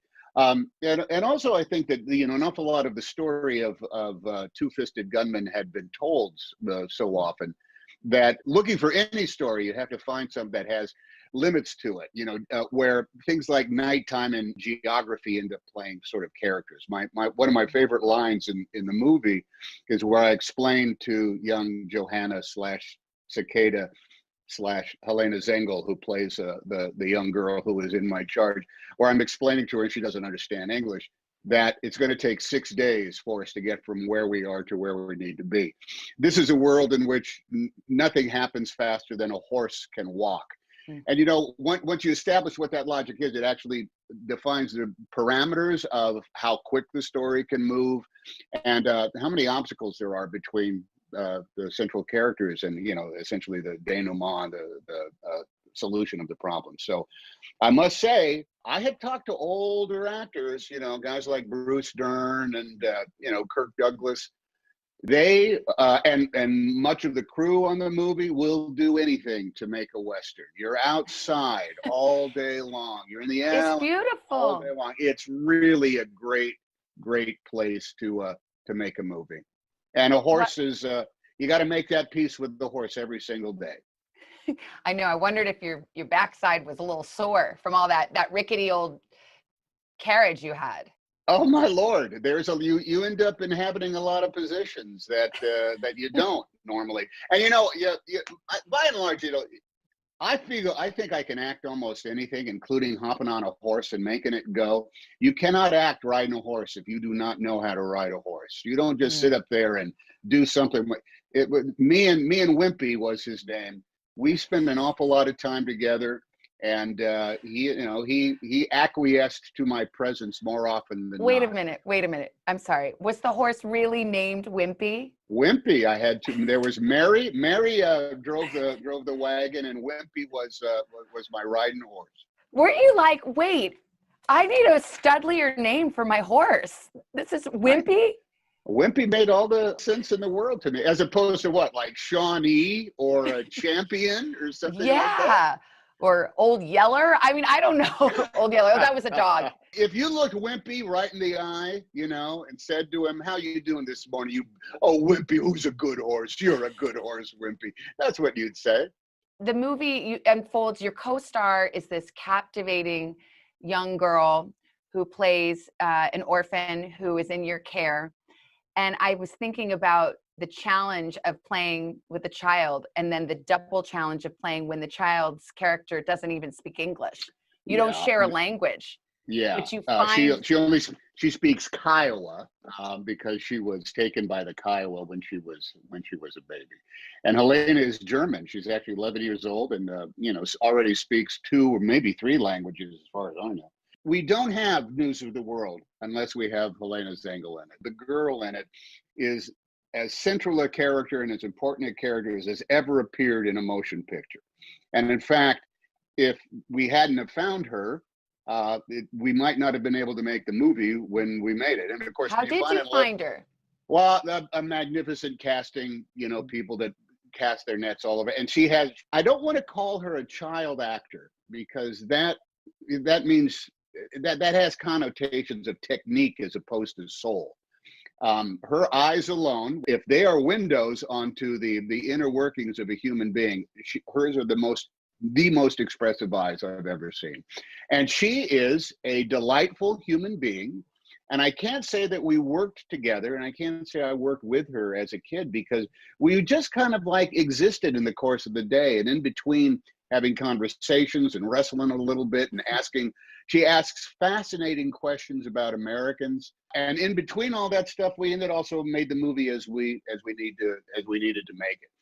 It was an extraordinary work experience that, of course, could go south, because a lot of times kids can sometimes be like working with parrots, who have learned their lines and never shake out. Look, I'm 64 years old. I found myself wishing I could be as easy and free and as loose on camera as she was. From the moment you lay eyes on her, she steals the scene. There's so much going on. By the way, isn't it a Hollywood rule not to work with kids and animals? And you have a kid and you've got Wimpy the horse. I break those rules, Savannah. Those rules mean nothing to me. The reason why you don't want to work with kids and animals is because both of them can easily steal the scene from you. And that happened again and again with Helena, and occasionally Wimpy stole focus as well. Little brat. But you just got to roll with those punches. That's the high country, man. When you're trying to maintain your own in a scene, knowing you can lose it at any second. Oh, well, if anyone can wrangle it, it's you. Yeehaw! Yeehaw! Now, I'm going to share something with your non-equestrian fans. When in movies where they go, yeehaw, they really slap the horses really hard. You do not have to do that, because horses' skin is so sensitive. You literally just have to give it just a little flick to the reins. They know they need to go. I didn't know that. I thought it was all about yeehaw, yeehaw, but I think that's for the sake of the motion pictures, in order to make it look like something's going on. It always seemed kind of cruel too. I mean, you feel bad for the horse. You're not whipping them. You're just kind of like going yeehaw. And there's a special way you need to hold the reins. You got to. Anyway, I could talk for hours about how to drive a wagon. Because now you know. I know how to. Listen, I've driven a wagon. I spent an awful lot of time driving a wagon. Let's talk about the movie, because it's set in the 1870s, post-Civil War America. It's rough. It's divided. It's hundreds of years in our past, but a lot of people feel that there is relevance in this movie. There are themes that are very current. Did you see that? Any motion picture that has, a degree of authenticity to it is always speaking to the current times as opposed to the period in which it's set. And here we are in 1870. Texas is a very divided land, filled with very opinionated people, a hard place to live, fraught with a lot of disenfranchisement. And I don't think 1870 is all that different from, say, 2019 when we shot the film. That being said, Paul Greengrass, with his journalistic background, one of the first things we talked about was that division and why, and the hurt that people were feeling then. That there was a reason that they were angry. There was a reason they were as polarized as they were back in 1870. 5 years after the Civil War, that's not that long a time, particularly when you're as isolated as they are. And dealing with a seismic loss, as the Civil War was for a great part of the country, for good or for bad, the bridging of that to some sort of commonality that, at the end of the day, we're all in this together. And if your neighbor is hurting, shouldn't you go over and help your neighbor somehow? I think that was a big fascination that he had with the movie in the first place. And the rest of it is, a great story of Captain Kidd and Johanna. In fact, the day we shot the very first reading of the news, and Captain Kidd is kind of like the original podcaster. He says, for 10 cents, listen to what I have to say. Or news anchor. Oh, hey, I should have gone there. Absolutely right. Here's what's important. And he starts with the important things, and works through it, then has some human interest, and at the end comes up with some sort of thing like we're all going to be all right. Anybody with 10 cents in the time can hear that. The first time we shot one of the readings, which, was a big deal, there were 4 or 5 set pieces of it in the film. Halfway through the day, he and I sat and more or less went like this on the western set on a wooden sidewalk out in the middle of a huge ranch in New Mexico. And he was going on and on saying, you have to engage the people with a story. You have to be telling a story. And I was saying, I have to engage the people with the news. I have to tell them the truth that's gone out. And we were going back, story, news. You have to entertain, you have to put on a show. No, I have to tell the truth. This was not until the second or third day of shooting that we're going on about this. And what can happen between collaborators is that I realized that what he was talking about was engaging the audience in order to enlighten them.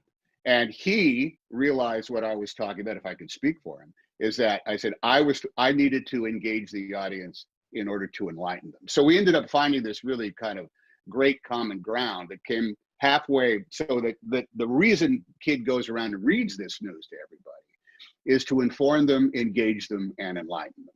And that requires a little bit of, groovy show. As you in the news business, you got to put on a good show. It ended up being that perfect kind of like sparking collaboration. And because I'd worked with Paul before, because we had been through quite an adventure on Captain Phillips, we had cut through all of the nonsense. We're just getting down to a serious brass tacks, and came out with the results satisfied both of us.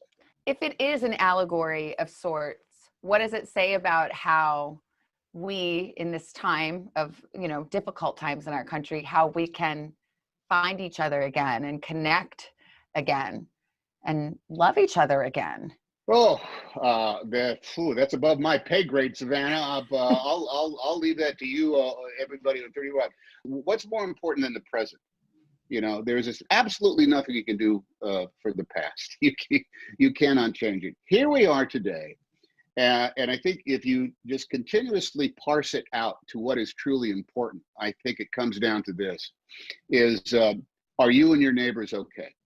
On the street that you live on, is everybody safe? Does everybody feel as though they're a participant in what's going on outside of the divides? What do we want? We want to be able to, be paid fairly for an honest day's work. We want to be able to raise our families in a safe and secure environment. And we want to be able to, have a nourishing meal and sleep peacefully. And I don't think you can really do that if you don't love your neighbor unconditionally. There was a sign at a church in Pittsburgh when I was down there working, that was right after the synagogue shootings there. That was such a civic tragedy. And the church said, put out this huge banner. I don't even know what church it was, but it said, love thy neighbor, no exceptions. I think that might be a highfalutin burden to put on a movie like News of the World, but I think that's what it says. Love thy neighbor, no exceptions. And all the people said, amen. Oh, okay. All right. Yes, they did. This is about 50 votes. If you can't get bipartisanship here, where are you going to get it? If China decided to cover this up, can we ever actually get a definitive answer? What happens if we don't act on police reform this year? If it's Sunday, it's Meet the Press. Good morning, everybody. Welcome to Today. Future's looking bright. I Are you ready? We're going to do our part to spread the word on the importance of vaccines, so crucial for reopening America. A big day around here. A very special naturalization ceremony. Many of them doctors, nurses, other essential workers. If you are a nurse, thank you. Spring has sprung, guys, and we want to fill this season with some fun and surprises. Yes, this is the face of excitement. Celebrating Earth Day. Let's change the world. Love it!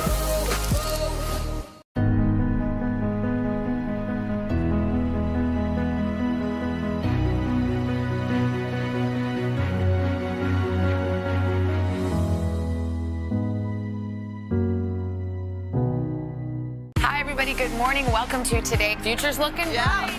Are you ready? Half of all U.S. adults now fully vaccinated. A huge lift is underway for one of the most celebrated cities in this country, Cleveland, Ohio. This is the greatest location in the nation.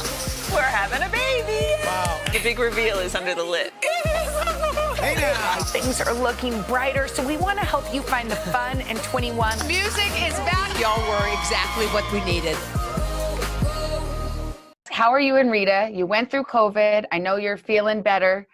Are you excited about the vaccine? Is that something you're looking forward to taking? Well, we'll be getting it long after everybody who truly needs to get it gets it. But, you know, yeah, it's okay. We had it, and it was a tough couple of 10 days. But I think that was much more important as the second half of the COVID-19 formula is that we didn't give it to anybody. You know, locking down, you know, we wear masks, and we still do, not just so that we don't catch it, but so that you don't give it to somebody in case you are one of those kind of like asymptomatic carriers. If they asked you, because you're Tom Hanks and everyone loves you and trusts you, hey, will you do it publicly? Would you consider doing that when it was your turn? Yeah, sure. Love you. Hope we see you in the new year. I look forward to it, Savannah. The Meet the Press Chuck Toddcast, free wherever you get your podcasts. Hi, everybody. Good morning. Welcome to Today. Future's looking bright. Half of all U.S. adults now fully vaccinated. Al is in Cleveland for our Reopening America series. This is the greatest location in the nation. Music is back. Y'all were exactly what we needed. Make the most of your day with Today All Day. Get closer to all your friends at Today in a whole new way. Today in 30. We give you a mix of everything you love about our show in a mere 30 minutes. Shop today with Jill Martin. We're helping you shop like never before. The latest styles and biggest names. Today Food. Things are heating up in the Today All Day kitchen. Cooking essentials and recipe inspiration. Get ready. Are you ready? Oh, I'm so ready. Only on Today All Day. Good morning, everybody. Welcome to Today. Future's looking bright. Are you ready? We're going to do our part to spread the word on the importance of vaccines, so crucial for reopening America. A big day around here. A very special naturalization ceremony. Many of them doctors, nurses, other essential workers. If you are a nurse, thank you. Spring has sprung, guys, and we want to fill this season with some fun and surprises. Yes, this is the face of excitement. Celebrating Earth Day. Let's change the world. Love it! It has been a long year. Yeah, where it's been anything but normal. Well, now there's hope. The COVID vaccines. I know. It's been a little confusing. Like really confusing. So it's more important than ever to make a plan. Visit planyourvaccine.com to find out where and when to get your vaccine. What are you waiting for? Roll up your sleeves and plan your vaccine. Plan your vaccine. Plan your vaccine. The Meet the Press Chuck Toddcast, free wherever you get your podcasts. For breaking news in our changing world, download the NBC News app. Sorry. I'm at his blessed with the family sitting down front like that. All right, how much do you love Tom Hanks? More now. That was him last night at the Golden Globes. He got the Cecil B. DeMille Award. He got choked up, and if he gets choked up, we all get choked up. For nearly 4 decades, we all know Tom's movies have made us laugh and cry and think, and I got the chance to sit down with him exclusively over the weekend to talk about that incredible legacy.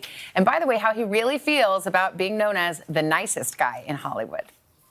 ladies and gentlemen, Tom Hanks! How are you feeling on the occasion of receiving this Lifetime Achievement Award? Well, number one, I hope I'm not done. You know, it's an acknowledgement of one of perhaps the only true yardstick that there is for your career, and that's longevity. Tell the truth now. Can I just see a show of hands? How many people in this room have a clip package that includes the Love Boat? Love. So when you're in those moments and they're playing the highlight reel of your life, do you let yourself feel good and enjoy it? There's an undeniable power that you just have to say, hey, you know, I did work that was good enough that ended up touching people on a very personal level. Because I think we all remember what we were going through, what our circumstances was. It's sort of like what we needed at a time when we saw films that actually made us feel better about who we are. I was sitting there with my kids and my wife. They remember what they were doing when I was making those movies. So there really are hallmarks. They're chapters for all of our lives. Well, let's do a little lightning round. Okay. As we look back at your life, Tom Hanks. My hand is on the buzzer. You're stranded on a deserted island. I wrote all these. Yes. Okay. Okay. What is it? This, we're on the Savannah Channel, and it's like movies with Savannah Guthrie. You're stranded on a deserted island. Yes, I am. Yeah. Mm-hmm. Which character that you've played would you want with you? This is a long way. Oh, man. Sully. This is the captain. Brace for impact. He can fix anything. You know, how about that? Yeah. Yeah, okay. He'd be very pragmatic. He probably knows everything. That deep voice would drive you nuts after a while, but how about him? Okay, I'll take him. What's the role that everyone thinks you played, but you really didn't? I get credit for playing a bunch of Michael Keaton roles all the time. Like what? In the early days, everybody said, hey, great job in Mr. Mom. Where's Bobby keep the extra diapers? I say, thank you so much. That was Michael Keaton. What's a famous line that you've said that you were shocked became a thing? I thought just yelling Wilson in Castaway, I just thought that was dialogue. Wilson! But now people yell it at me all the time. Walking down the street? Yeah. What do you do? I give them a thumbs up. What are you going to do? I don't need you to worry for me, 'cause I'm all right. Are you ready for some bosom buddies? Clips? You gonna put some on? Bring it on. Hey, I'm proud of bosom buddies. Are you kidding? Me too. I love it. Dude. You know, Sonny, you just quite literally knocked my socks off. Thank you, girly girl. Nothing but just small talk. Cuff him. We'll take him downtown. Downtown? Not in this dress. What scene did you love so much you wish you could do it over and over again? I will tell you, and it's bittersweet, working on a movie called Charlie Wilson's War, we had a scene that took 3 days to shoot, and it was with me and Philip Seymour Hoffman, the late legendary Philip Seymour Hoffman. That's a thick door. You stood there and you listened to me? I wouldn't stand at the door. Don't be an idiot. I bugged the scotch bottle. What? If I could have 3 days every day was like the work that we did on that scene, I'd be the happiest actor in the world. That was as great as it ever got. What do you think is the gutsiest career decision you've ever made? I will tell you, the gutsiest thing sometimes is to say no to something. It's a lot of money. You might get to go travel somewhere. They'll treat you great. They will infantilize you the way people do to actors. Look, you showed up on time. Look at your haircut. Oh, you know all your words. You are so special. That sounds good. It's not bad. It's not a bad gig. But if it doesn't break your heart, if it doesn't make you think about something bigger than what it is, you sort of have to say no. And that's really hard to do sometimes. All of us, I think, have a certain hunger or even an emptiness that we are spending our lives trying to fill. And what do you think acting did for you? It was the greatest luck of the draw I've ever had. That something that you love so much can be the job that you do. You know, they say the thing, you do something you love and you never work a day in your life. That's me. When you were growing up, like 10-year-old Tom Hanks, okay, if he could see that highlight reel they play, if you could tell him everything that's going to happen to him in his life, what do you think he would do? I would say calm down, and also understand too that any good feeling you have, any accomplishment you have will fade away. And any negative, any moment that you're hurt, any moment that you're stung because it didn't work out the way you were hoping it, that too shall fade away. I was thinking about you and Rita. I was lucky enough to see you and Rita interact, and it's just as we would all hope it would be. Okay, all right. And it's lovely. I mean, I'm not in your kitchen, but your affection seems so real.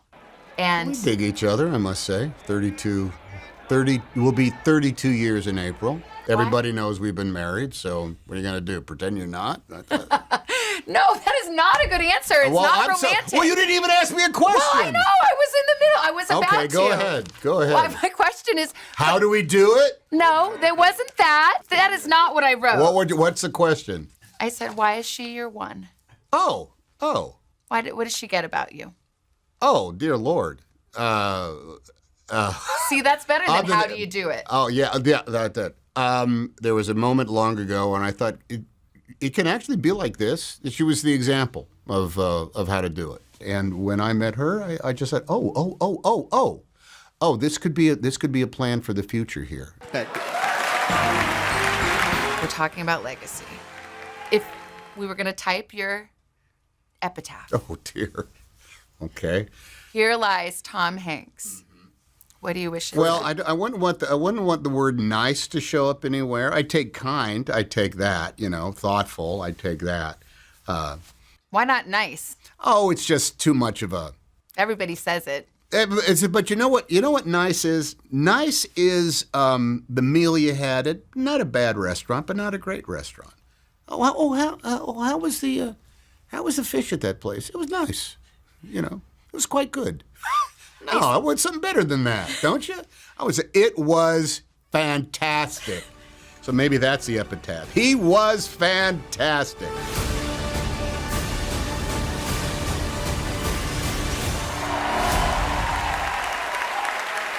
Well, guess what? He was fantastic, and he is fantastic. By the way, that was a great interview. I felt like I learned things I didn't know about him. We had such a fun time. I love the rapport you guys have with one another. I was laughing when he said the thing about nice, because I used to have this crotchety old college professor who he said, when people use the word nice and tell me to have a nice day, I tell them, thank you, I have other plans. I was like, that is just so perfect. And that's what he was saying. Nice doesn't mean anything. He's so much more than nice. By the way, you came up, Al.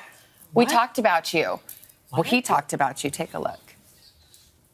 Listen, one of these days you're going to turn me loose on that chroma key thing, and I'll be talking about a high-pressure system that'll be coming in. I think everybody wants to do that when they go in the studio at some point. Of course. Don't you want to push a low-pressure front across the nation? I absolutely do, and then I want to talk about somebody's 100-year-old birthday. I want to do the same. So basically you want to be Al Roker. Well, no. See, because this is what everybody thinks about your job. You just come in and you read a teleprompter, you scan the headlines, and you fill up 2 hours, right? Isn't that pretty much how you do it? Yeah. So it really is just showing up. It is just showing up and just letting that charm monster out of the box. Next time he's here, you'll take him. You have to. He really does. He wants to do the weather. He's more than welcome to come over and do the weather anytime. We'd be bosom buddies. For breaking news in our changing world, download the NBC News app. This is about 50 votes. If you can't get bipartisanship here, where are you going to get it? If China decided to cover this up, can we ever actually get a definitive answer? What happens if we don't act on police reform this year? If it's Sunday, it's Meet the Press. Our week-long journey begins here in Orlando, Louisville, Kentucky, Cleveland. Our Across America journey, reporting on an America rebuilding and reimagining a future after the pandemic. Breaking news tonight, the ceasefire in the Middle East after 11 days of deadly violence. Richard Engel is on the ground. Do you think there's a connection between policing and racism?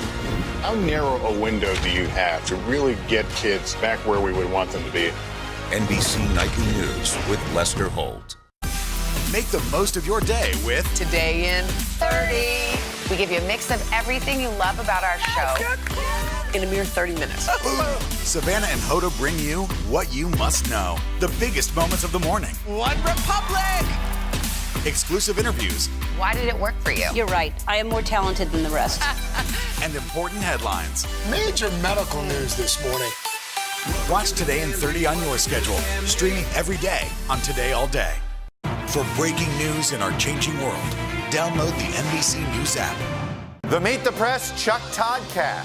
Free wherever you get your podcasts. So one of my favorite segments is my quoted by segment, because I get to figure out like what celebrities, what quote they feel like is their North Star. And I'm so happy because Rita Wilson's here. And Rita, so what quote guides you? Well, there's a couple. One of the things I love is a Shakespeare quote from the play Hamlet, and that is, "To thine own self be true." I think that's very important because only we know what feels right for us, and that's important. But the other one that I love is a Viktor Frankl quote, who was a Holocaust survivor, and he says, "Between stimulus and response, there is a space, and in that space is our power to choose our response. In our response lies our growth and our freedom." Boy, that's poignant. How does that feel in this moment, that quote?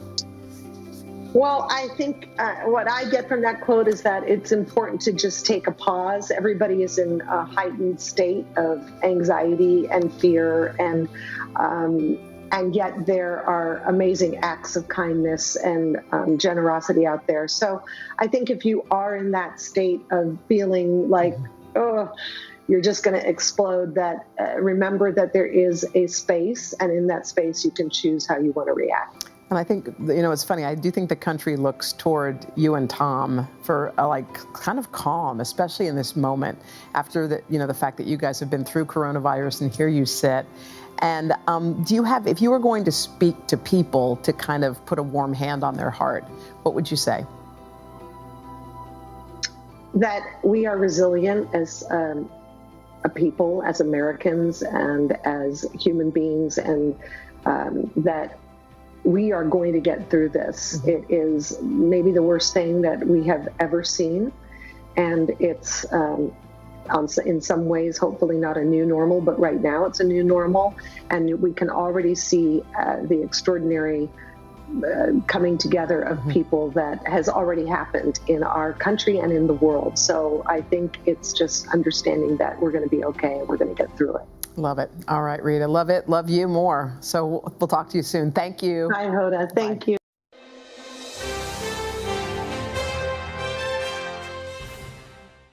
So whether you want to flaunt those curves or maybe you need some extra support, our style expert Melissa Chatane did the shopping for you and found some sexy swimwear that is red hot. Hi, Melissa. Hi, good morning. I have some amazing swimsuit trends for all ages and all body types to boost your confidence this summer. All right, let's start with the cutout, because the cutout seems a little scary, I'll be honest. But what do you have? It does. So the cutout trend is huge this season. Our model, Alyssa, is modeling this gorgeous suit.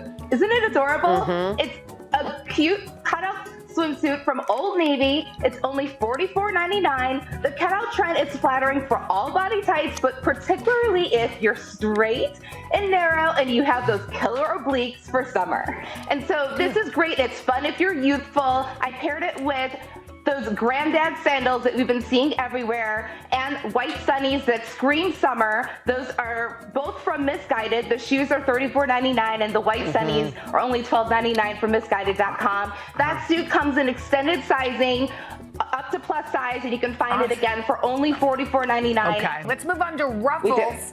This is the new trend, and it's modeled by you. Hello, fancy. It is. So if you are curvy and you are busty, I have the perfect suit, and I modeled it myself. That suit is from Amazon.com. It's only $27.99. The ruffles are great because it brings the line of attention up. If you're curvy and you're busty, you want to elongate your figure. And that is exactly what I did. And I like that suit because it comes with some bonus straps, especially if you have a big bust like mine. I'm a double D. You want to feel supported, long, and bring the attention away from your midsection. Elongate your legs. Those shoes are from JustFab.com for only $10.99. And a fabulous big sun hat. That's from David & Young. I found a dupe for only $27 on Amazon.com. Obviously, I look fabulous. Yes, you do. Inspiring all to embrace your curves. Take us to the one-shoulder bathing suits. Those are real popular. Yes, the one-shoulder suit is great. It's a black suit from Walmart.com. BCA for Rebecca Virtue. It's only $24.96.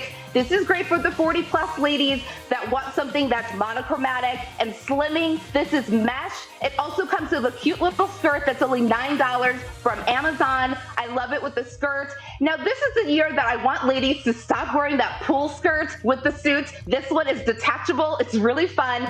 Once again, it's black, it's elongating, and it sucks you in, but it doesn't have that spank suit that you were talking about, Hoda. Yeah. It's just really slimming and fun. One shoulder is great, and it's perfect for ladies that are 40 plus. Really pretty. Okay, so Tatiana, the model that showed off the one arm suit, is also showing the next trend, which is color blocking. Yes, color blocking is really great, and it's slimming because it hides and mimics that toned tummy. This is perfect for ladies that maybe are 60 plus that just went through menopause and might have a bloated belly. It really gives you that kind of a faux toned tummy as well, which I love. And then I paired it with a linen white shirt, which is really fun. It's a great thing to toss on by the pool with some Frida Moses sandals. But obviously you can tell the color blocking is great. It's also very slimming. She looks fantastic. She I love that great. suit. All right. And that's from Cupshe for $24. Cool. Brighten us up with some neon. Neon is another huge trend. This is great for ladies that are more pear-shaped, thinking of the J-Lo and Beyonce that love their booty, want to show off their curves. This suit is from Target for only $17 for the top, $14 for the bottom. Neon is fun and bright. If you are going to do a bikini this season, you want to do the triangle top with the tie bottoms. Like I mentioned, neon bright from Target. It's super fun. You paired it with sustainable brand accessories, the straw hat and the straw bottom, with a great jelly sandal from Frida Moses. Super simple and fun for summer. You cannot go wrong. Thank you, Melissa. They were great. You can check out more of these looks. Head to today.com/shop.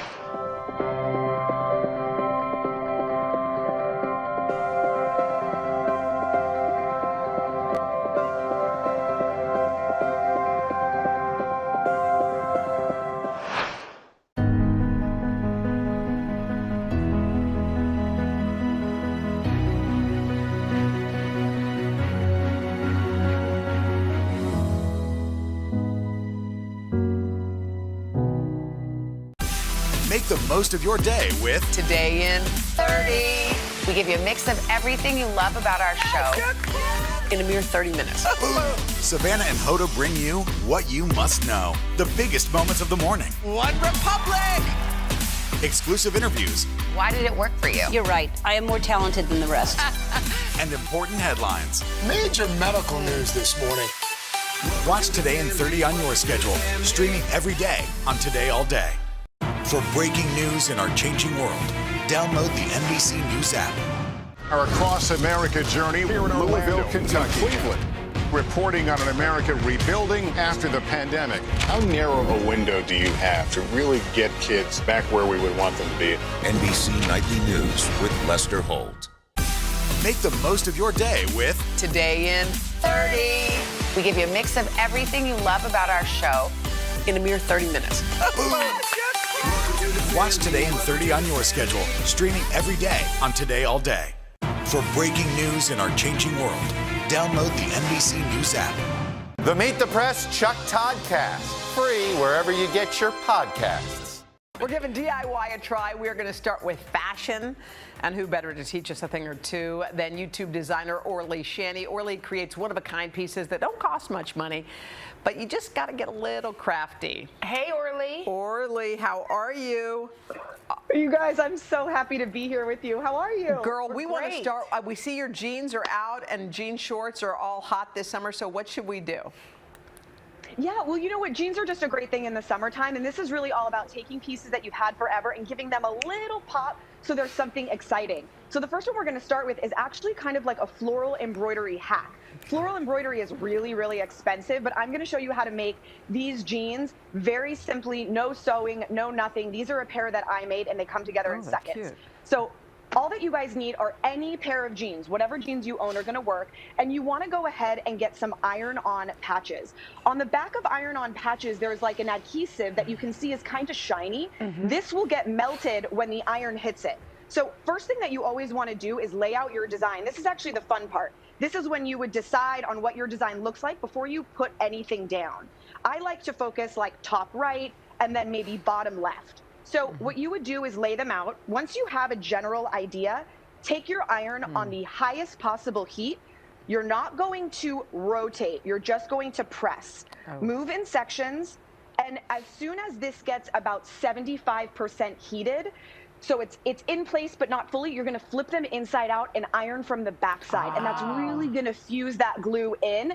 And now you've got a pair of jeans that look like floral embroidery, but really they're just iron-on patches. That is so cool. I like that one. Okay, so Isn't it fun? Yes. We've spoken with Hoda, and she's no longer wearing the cold shoulder tops, except, you know, every once in a while. Begrudgingly. Yeah. Yeah, but I know. There's a new trend. Exactly. Last time we were on, I think we gave her like a cold shoulder intervention. Yes. And so today we're going to say this is like the cooler cousin of the cold shoulder. And it's actually called the peekaboo slit. Take a look at this. This is just a simple sweatshirt that I had. And all you're going to do is create this really cool slit. And the reason I love it is that peekaboo is a super flattering trend on all body types, on all ages. And so kind of embracing this is still something we should do. Now, here's the shoulder seam, right? That's our shoulder seam. So we know that that will be center of our sleeve. You're going to take your fabric. Don't cut a perfectly good sweatshirt. Oh, no. I'm doing it, Jenna. I'm doing it. You just want to... Little hole. Oh, yeah, a little all the hole. way. And now you would cut straight down. Just Is like that this. gonna fray? Now you have two options here. One is tug, and it will roll. It will automatically roll on its own. Another is, take a look at this when I filmed the original version of it. You can actually sew this if you have the know-how. Simply fold back a tiny bit, right? You fold back about a 1/4 inch, and a straight stitch all the way down. It actually, if you know how to sew, this is super simple. If you don't, fabric glue is a great option to clean finish this on your edges. Then I just added a little ribbon to both sides so I could tie a bow. What that did is it created almost a double peekaboo slit and a little feminine detail of the bow. But it creates a really nice flattering effect. I like it too. I'm actually really into it. Well, you look cute and everything. Yeah. Okay, so there's that. Okay, so how about just upgrading like a real basic top?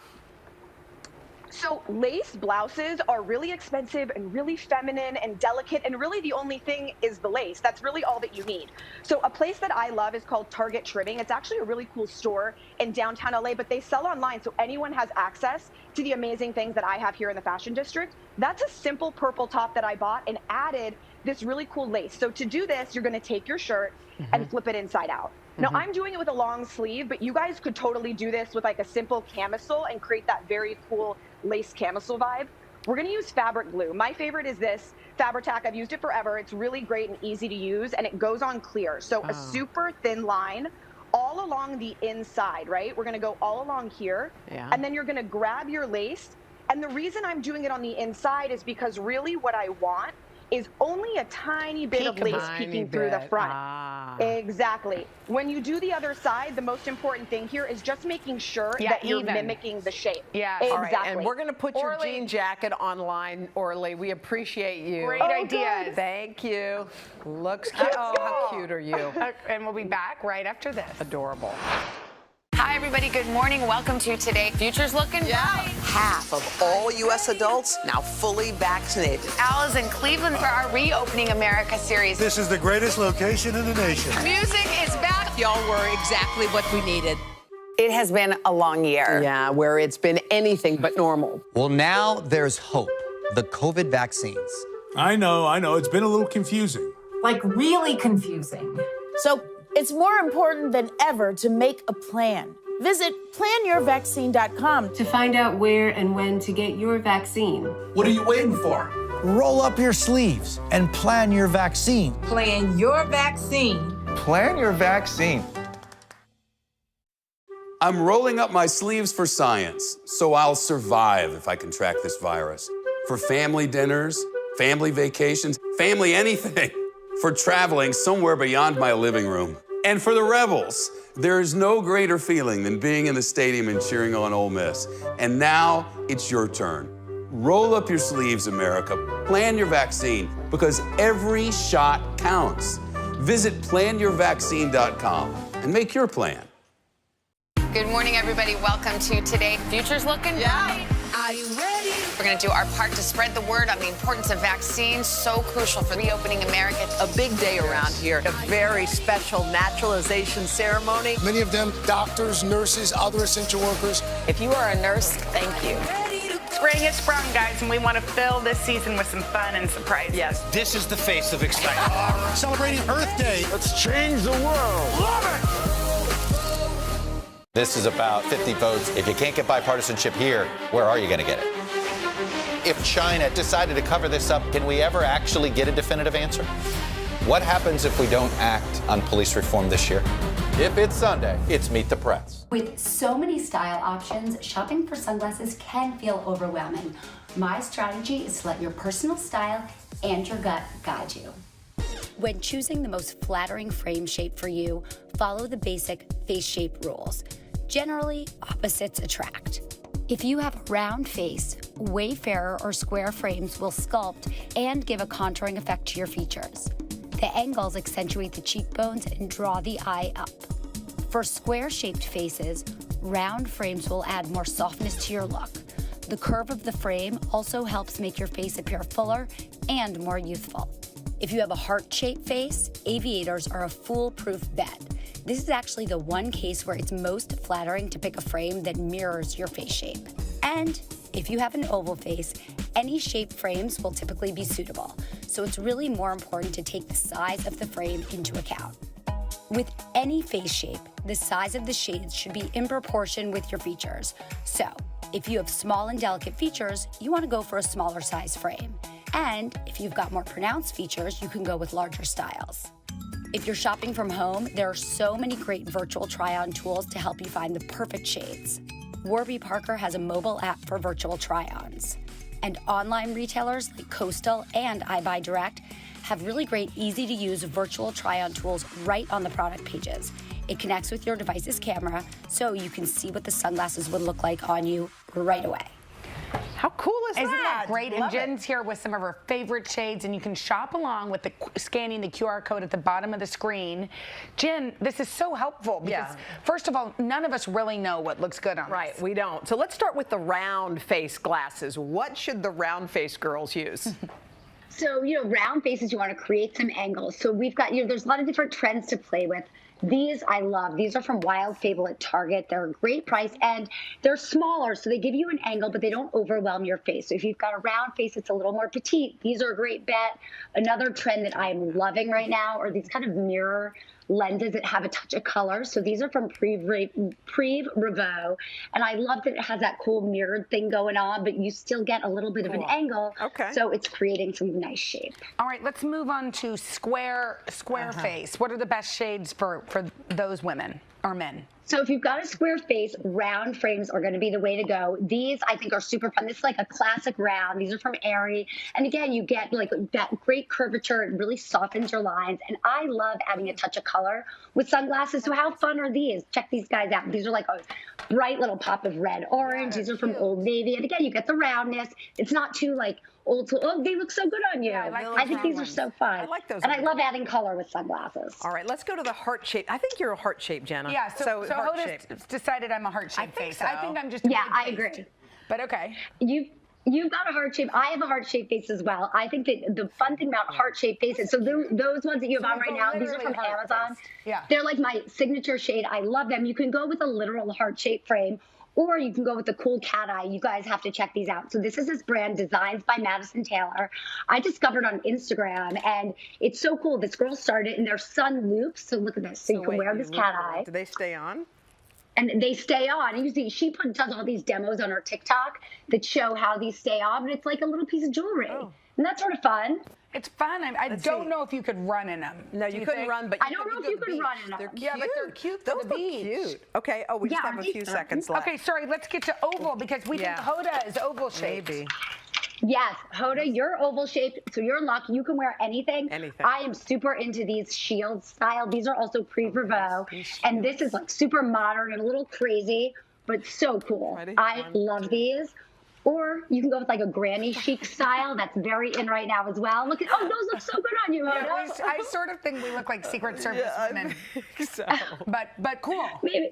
And this way you can roll your eyes at someone, they won't even know.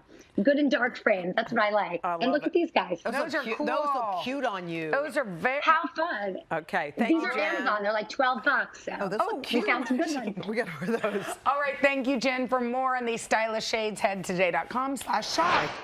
Our week-long journey begins here in Orlando, Louisville, Kentucky, Cleveland. Our Across America journey reporting on an America rebuilding and reimagining a future after the pandemic. Breaking news tonight, the ceasefire in the Middle East after 11 days of deadly violence. Richard Engel is on the ground. Do you think there's a connection between policing and racism? How narrow a window do you have to really get kids back where we would want them to be? NBC Nightly News with Lester Holt. Good morning, everybody. Welcome to Today. Future's looking bright. Are you ready? We're going to do our part to spread the word on the importance of vaccines, so crucial for reopening America. A big day around here. A very special naturalization ceremony. Many of them doctors, nurses, other essential workers. If you are a nurse, thank you. Spring has sprung, guys, and we want to fill this season with some fun and surprises. Yes, this is the face of excitement. Celebrating Earth Day. Let's change the world. Love it! Hi, everybody. Good morning. Welcome to Today. Future's looking bright. Are you ready? Half of all U.S. adults now fully vaccinated. A huge lift is underway for one of the most celebrated cities in this country, Cleveland, Ohio. This is the greatest location in the nation. We're having a baby. Wow. The big reveal is under the lid. Hey now. Things are looking brighter, so we want to help you find the fun in 21. Music is back. Y'all were exactly what we needed.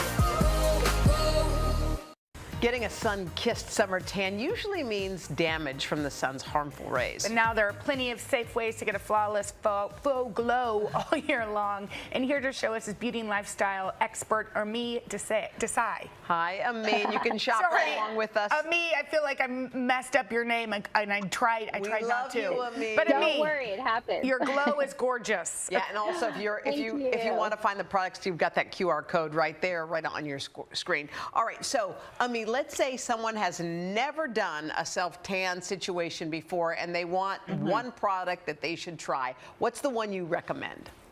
So the one I love that's really foolproof is Gradual Tanning Lotion. There's one from Bondi Sands that I love because it's completely colorless. So it's going to go on just like your natural body moisturizer. It's completely colorless, like I mentioned. This is also great because there's going to be no streaks or residue left behind. All you're going to do is apply it, and in 2 to 3 days, you're going to start noticing a really subtle glow. So this isn't going to be a tan. This is going to be more of a subtle glow, which I think is where a great point for people to start is as well. And it's fragrance-free, which is huge. Well, that's what we were just saying to me, that you know, you can put a man on the moon, but all of these things smell like Fritos or Cheetos. Yeah.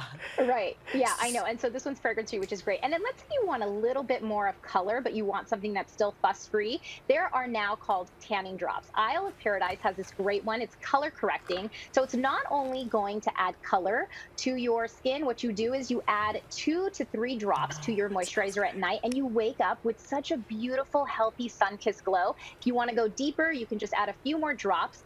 And I mean, the results are gorgeous.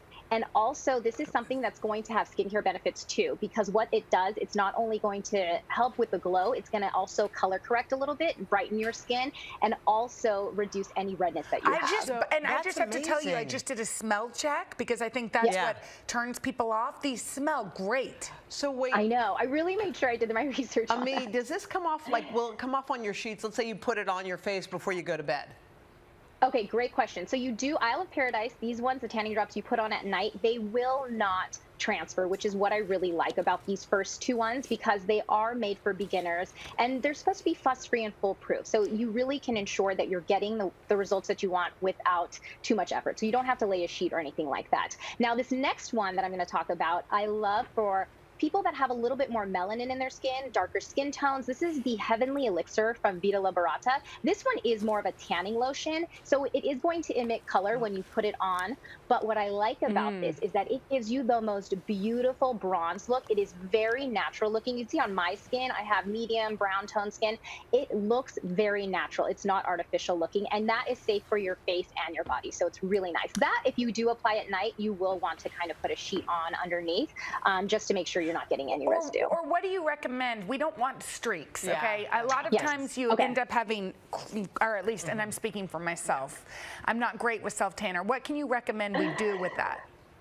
Okay, so exfoliation is key always. You want to make sure you're getting rid of that dead layer of skin just to make sure that there's even application of whatever product you're putting on. So that's always great. Also, I like to blast my skin with cold water, especially if you're going to be tanning your face. The cold water is going to close your pores, and so it's going to help prevent any clogging and also any irritation that new products that you're trying can sometimes cause. Okay, that's awesome. And then something else that I really like, this tip I love, it's powdering. Just like we powder our faces with setting powder, you can powder areas that you have creases. So for instance, your elbows, your knees, your underarms, this is going to also prevent, you know how sometimes tanning lotions can be a little sticky? Yes. This is going to make sure that that stickiness isn't there. And then a deodorant spray is a great hack too. Like you were talking about, Jenna, having a little bit of that odor. If your tanning lotion does have odor, this can really reduce that. Okay, let's move on to this next tried and true product, the Sally Hansen leg spray. Yes.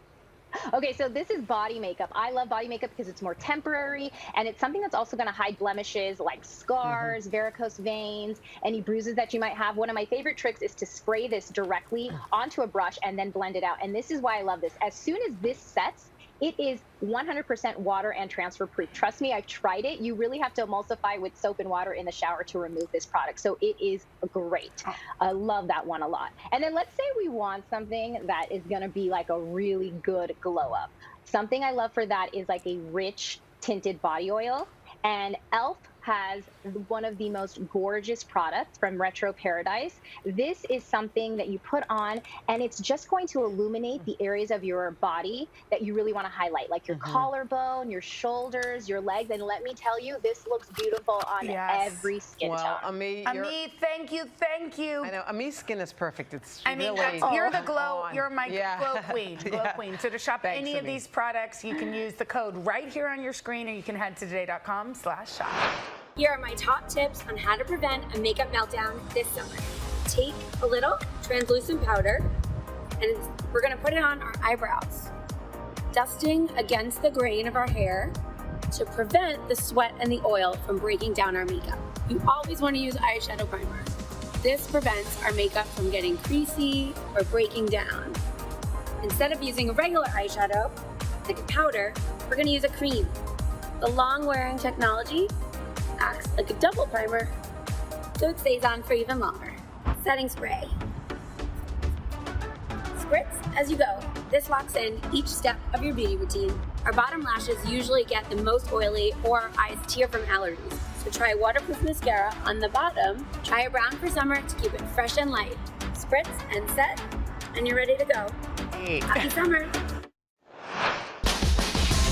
Well, temperatures are soaring across much of the country, so here's a gentle reminder. You need to lather on the sunscreen. But not all sunscreens are created equal. Some come with added benefits. Real Simple Beauty Director Heather Muir joins us now with some of the magazine's best picks for multi-purpose SPF products. And remember, you can shop along by scanning the QR code. We put it right there on the screen. Just open up your camera and literally point it to that jumbled thing of dots, and it just works. That thing over there. Heather, good morning to you.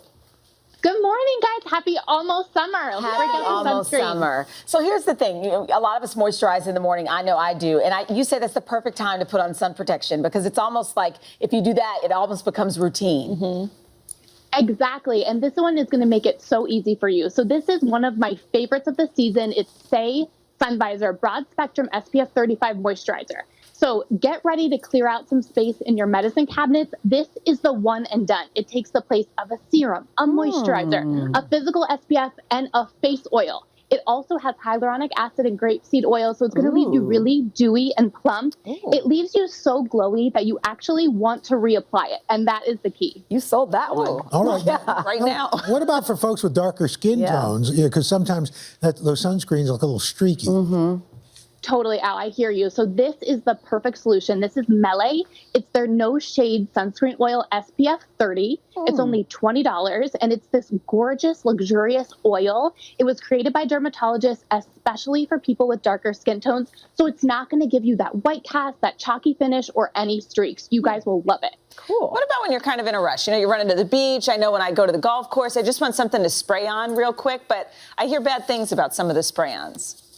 So Dylan, the main thing with sprays is that you want to apply it when you're inside. So you're not outside. You don't have to worry about the wind or the elements affecting it. And you want to be really liberal when you spray it on. This one by Coppertone, their Glow Lightweight Body Spray. It's SPF 50. So we love its protection, but what's so cool about it, it gives you this really sophisticated shimmery finish. So it will look beautiful on your legs. And it's super fast drying. Nice. So let's talk about kids for a moment. A lot of kids are going to camp. You send them out in the morning. What should we use? So I have a 1-year-old. I've tried it all, and my favorite is Babo Botanicals Baby Skin Mineral Sunscreen. This is SPF 50. It's fragrance-free. It's not sticky. So you can see it here. It's white, but it really absorbs well. It doesn't transfer onto their clothes. And even though it's made for babies, if you're an adult with sensitive skin, you might really love this as well. Heather, I think a lot of folks forget they've got to protect their lips from sunburn. Just burnt mine this weekend. Totally. It's one of those sneaky spots that kind of creep up on you. So this one by EOS, it's called the Guardian 100% Natural Sunscreen Lip Balm. It's only $3 at Target. I like to think of it as a little mocktail for your lips. It comes in really yummy flavors like coconut and watermelon. It has shea butter in it. So if you have dry flakes, that's going to cure it as well. And it's water resistant and sweat proof for up to 80 minutes. Oh, very nice. What's this sunscreen powder? I've never heard of that before. What is this sunscreen powder? What is this of you speak? So you always hear dermatologists and beauty editors say that it's so important to reapply sunscreen. But how do you do that when you're wearing makeup, right? So this sunscreen by Supergoop, it's called their Resetting 100% Mineral Powder SPF 35, is a powder. It comes in this great little brush. So after your makeup's done, you can dust it on. It also mattifies. So if you're a little greasy, it will take care of that. It's also really good for like the tops of your ears and all those sneaky little spots that tend to get burned. Wow. That's really cool. And mattifies. Right? And if you want to fight sunburn really quickly, but also lighten some dark spots, what's the best sunscreen for that? So SkinCeuticals Daily Brightening UV Defense Sunscreen SPF 30. So not only is it going to protect you from future dark spots in the sun, but it's so amazing. It has brightening ingredients that are going to help even your skin tone. So all that kind of past sun damage, it's going to help lighten that up as well. Yeah, a lot of people struggle with that, like the blotchy parts there. Heather, thank you so much. These are really good. Helpful. Yeah, for all of these products. You're so welcome. Have the best day. You can head to today.com/shop.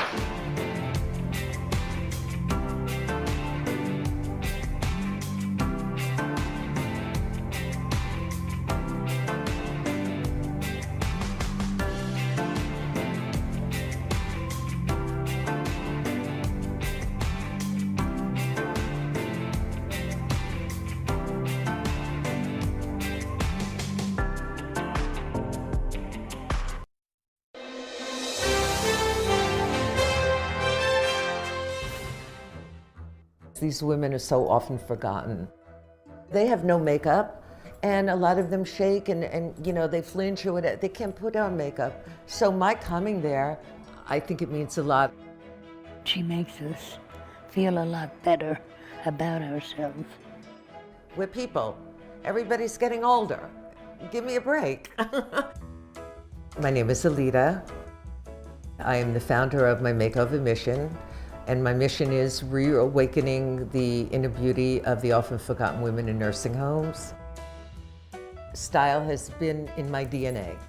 I've had a long career in fashion, from being an editor to a stylist to having my own company and being an image consultant. I'm off to Hollywood right now. In 1996, when I went to visit my mom in her nursing home, I got into her room and the first thing she said to me, "Look what they put me in, it doesn't match." And I thought at that moment, oh my God, at her age, that she still wants to feel like she is beautiful. And I said, you know what, before I leave tomorrow, I am going to give her a makeover. And that's what I did. And it wasn't until I looked at the pictures that another 8 took of us that I had my aha moment to make these women feel so good, special, relevant, and happy. I knew that this was what I wanted to do. The Bayberry home, I've been there 3 or 4 times. I called and we set up an appointment for me to go and give the ladies makeovers. Julia, Olive, and Barbara, they're just amazing. I am 100 years old. I feel flattered. I really feel very great when she makes me up. I loved Barbara the moment I met her. Comfy? Yeah. We're gonna take off your glasses, right? Makeup is something we don't do. For me, it gives us a real lift, really makes our day. Julia, she's lovely. She's like Leave It to Beaver mother, you know? She's just so sweet and gentle. It makes me feel very good because I was a rockette at one time, so I had to use a lot of makeup. I think when she does the eyes, I think they look very beautiful. I'm going to try and fill in the brow, give it some definition because this is where we get our expression. Oh my gosh, imagine not doing your eyebrows for 3, 4, 5 years. Imagine, it's a lot of wiry hair. That is my biggest challenge, and I'm big on eyebrows. When it comes to the lips, they're all in for the red. And I love that about them, just to know that they have that oomph. I think some of it has to do with they see me wearing it. You know, like in Harry Met Sally, I'll have what she's having, same thing.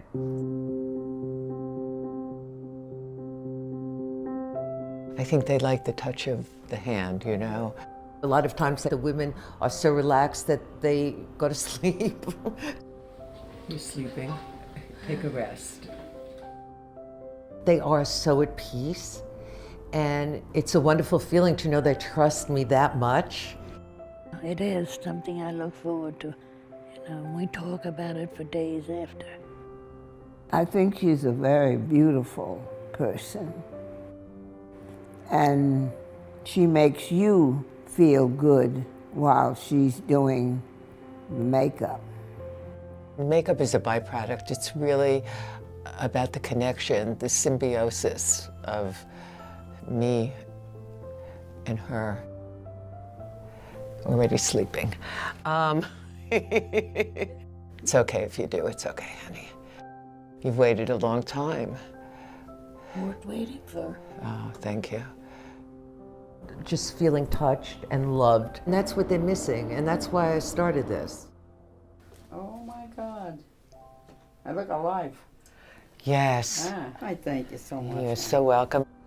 You saw me taking before and after shots, and that's to put on my Instagram, but also to send the after picture to the families.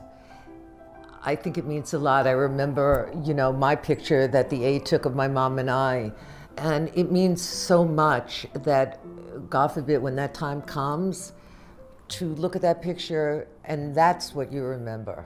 Yeah, for sure. Look at all that. Okay, girls, are we ready?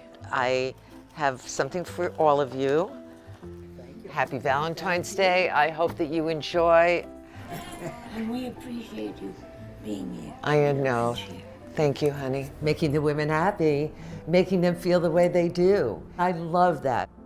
People say to me, oh my God, you bring them so much joy.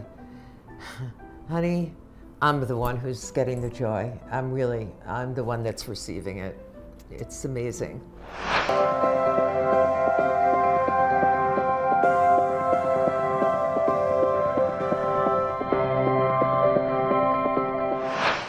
The Meet the Press Chuck Toddcast, free wherever you get your podcasts.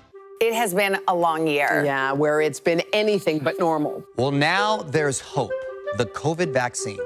I know. It's been a little confusing. Like really confusing. So it's more important than ever to make a plan. Visit planyourvaccine.com to find out where and when to get your vaccine. What are you waiting for? Roll up your sleeves and plan your vaccine. Plan your vaccine. Plan your vaccine. This is about 50 votes. If you can't get bipartisanship here, where are you going to get it? If China decided to cover this up, can we ever actually get a definitive answer? What happens if we don't act on police reform this year? If it's Sunday, it's Meet the Press. Make the most of your day with Today in 30. We give you a mix of everything you love about our show in a mere 30 minutes. Savannah and Hoda bring you what you must know. The biggest moments of the morning. One Republic! Exclusive interviews. Why did it work for you? You're right. I am more talented than the rest. And important headlines. Major medical news this morning. Watch Today in 30 on your schedule. Streaming every day on Today All Day. For breaking news in our changing world, download the NBC News app. The Meet the Press Chuck Toddcast. Free wherever you get your podcasts.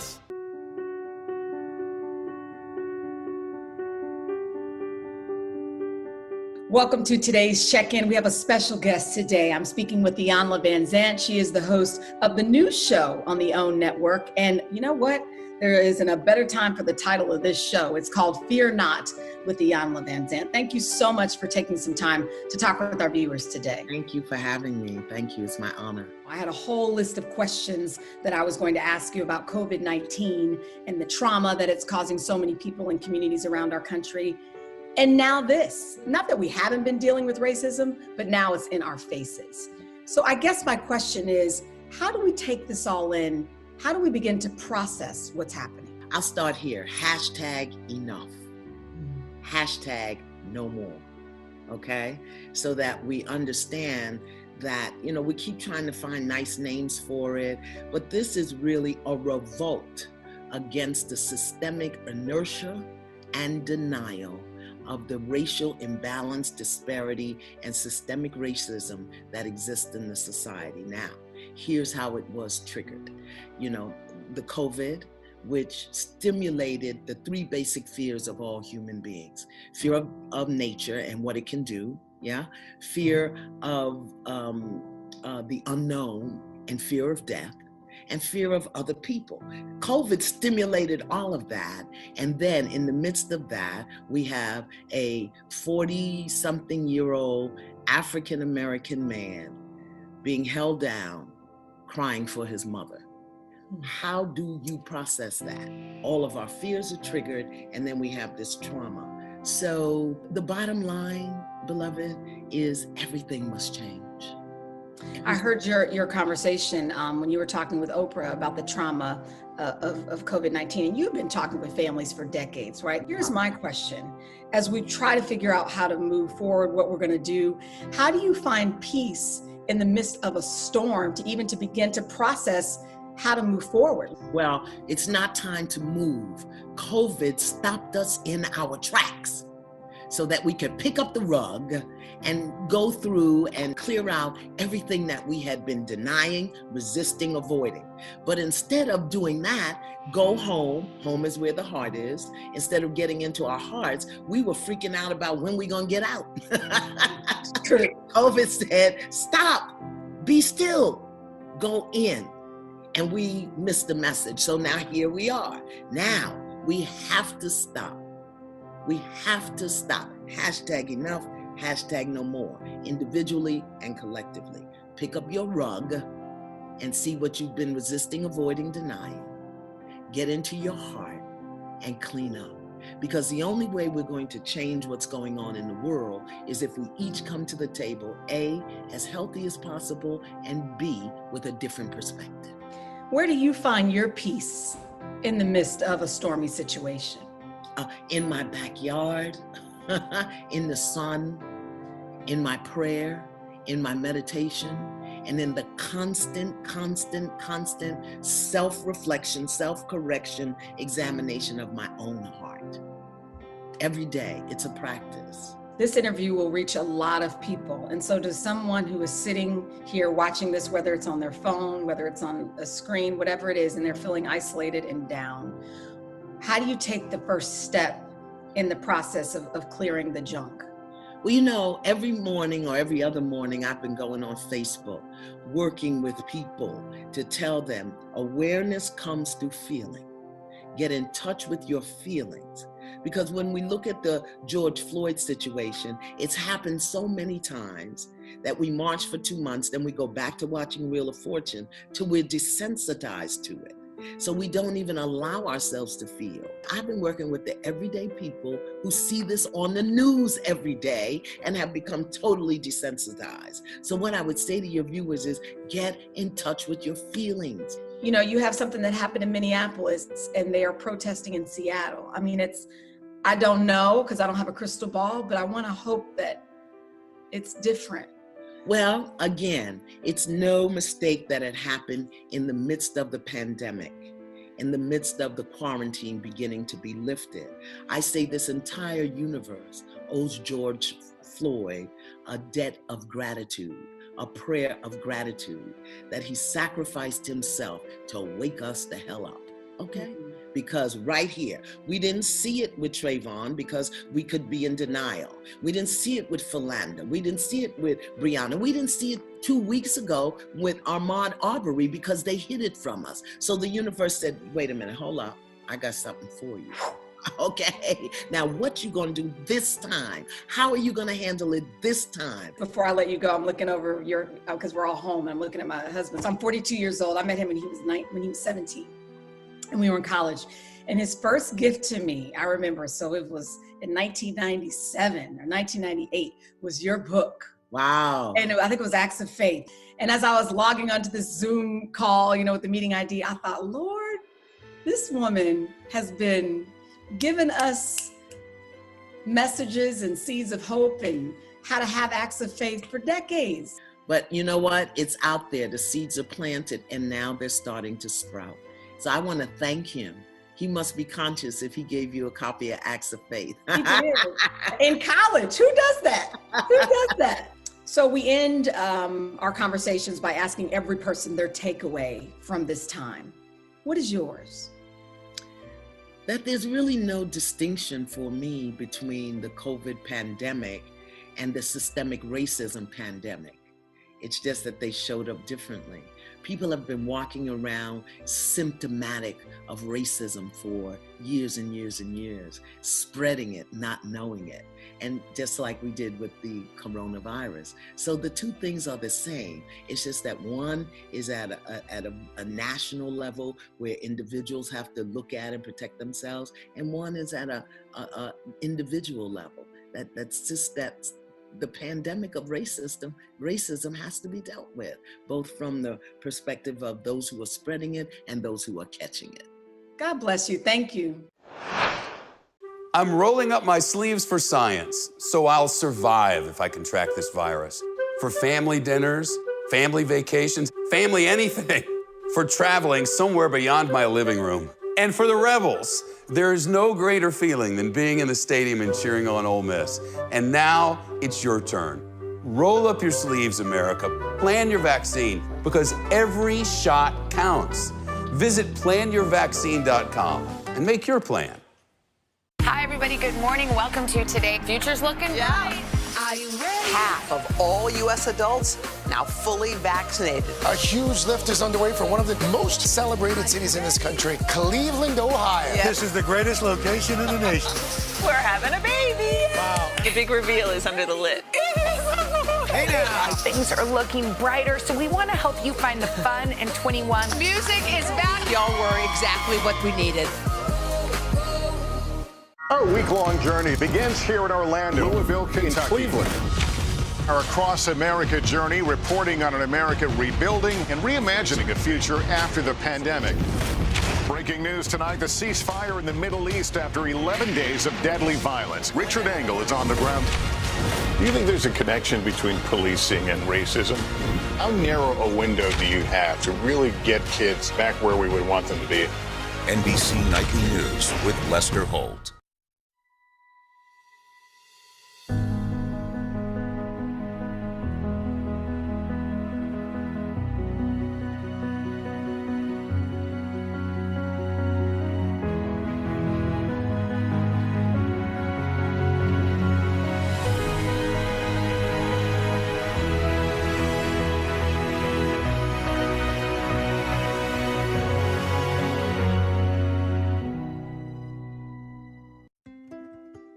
in countries that don't have internet, regardless of how strong the teacher may be, when the student is at home and loses access to the classroom on a regular basis, it makes it very difficult to maintain engagement. So I think that's the primary difference between our system and the Guyanese system, is that our students, the majority of them do have internet access than the number of students who have internet access in Guyana. Guyana is a small country on the northern coast of South America, adjacent to Venezuela and Suriname and north of Brazil. My parents are Caribbean, but I'm American born. My name is Sean Chivdat. I'm the founder of Caribed and the CEO. When COVID hit, I didn't actually believe. When Harvard sent all of their students home, I was in a lot of discussions with my friends who were also trying to get used to the new Zoom environment. And at the same time, I was speaking with family in Guyana. The whole time I was like, wow, I couldn't imagine not having internet during this problem. I had family and friends say the fact that students didn't have internet in Guyana and were going through the same thing we were. So I was like, man, it's so hard doing what we're doing. And it's like, really? Because students in Guyana don't have internet and they have to take a high-stakes secondary school exam. In Guyana, there's a primary school and then there's secondary school. The NGSA is short for the National Grade 6 Assessment in Guyana, which was formerly known as a Common Entrance Exam.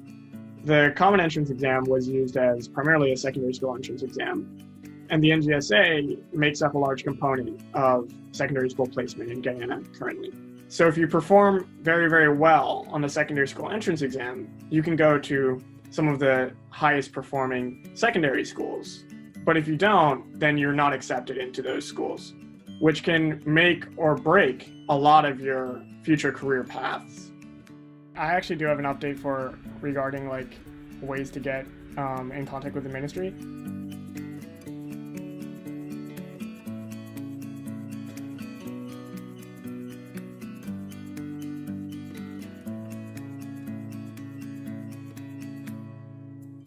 I started producing exam prep materials in mid-March, and I guess the point at which your team is founded is when you start getting others to help you. So that happened at the end of March. Since then, our team has grown to about over 50 members in a range of different universities across the East Coast, but also the University of Guyana. I was not born in Guyana.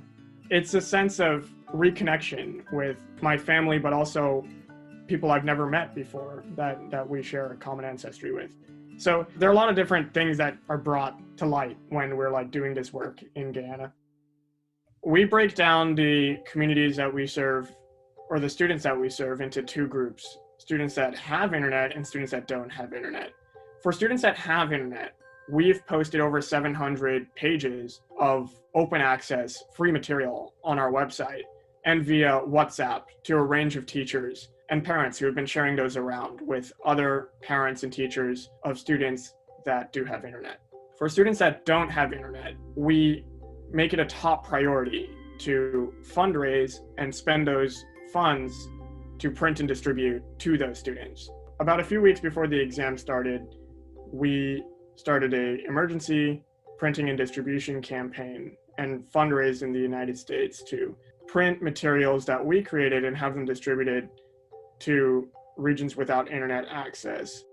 We go so far as to produce 1 to 2 pages of single-spaced answers for even one question. And this is because we are trying to get the information to be accessible to students even if they have no prior knowledge of the question. Recently, the results were out and you were asking me some questions about what is considered a good school or where the rankings were. So Ashley is the head of the Yale Caribbean Students Organization. She reached out to us on social media. Ashley took a gap year and spent a lot of her time tutoring and helping students pass the NGSA. She spent a lot of her time just helping students in general going through the system in Guyana. None of us had the level of service in Guyana that she had. She brought to the team very, very high standards for our quality, for our materials. She brought to the team an unparalleled perspective on the communities that we serve. I am the editor-in-chief of CaribEd, and what that means is essentially I take a look at the materials that we're producing and I do the final edits, but I also try to ensure that the questions being asked are culturally relevant. The example that Sean gave to me is that they were working in this indigenous community, and one of the math questions was sort of like, you have X many dollars and you want to buy X many cars. How many cars can you afford? And he was sort of like, this is a perfectly fine math question, but these kids aren't buying cars, right? Like, this isn't something that's like relatable to them. I think maybe the year that I took the NGSA, personally, I felt a lot of pressure because, and I think the pressure is a universal experience. I can still tell you what I got wrong on them. I can tell you like the grades that I got, which questions tripped me up, what I regret about those exams. So I feel like these exams are so high stake. While this might just be one thing, providing print resources to kids who don't have internet access, it still is a thing that can help.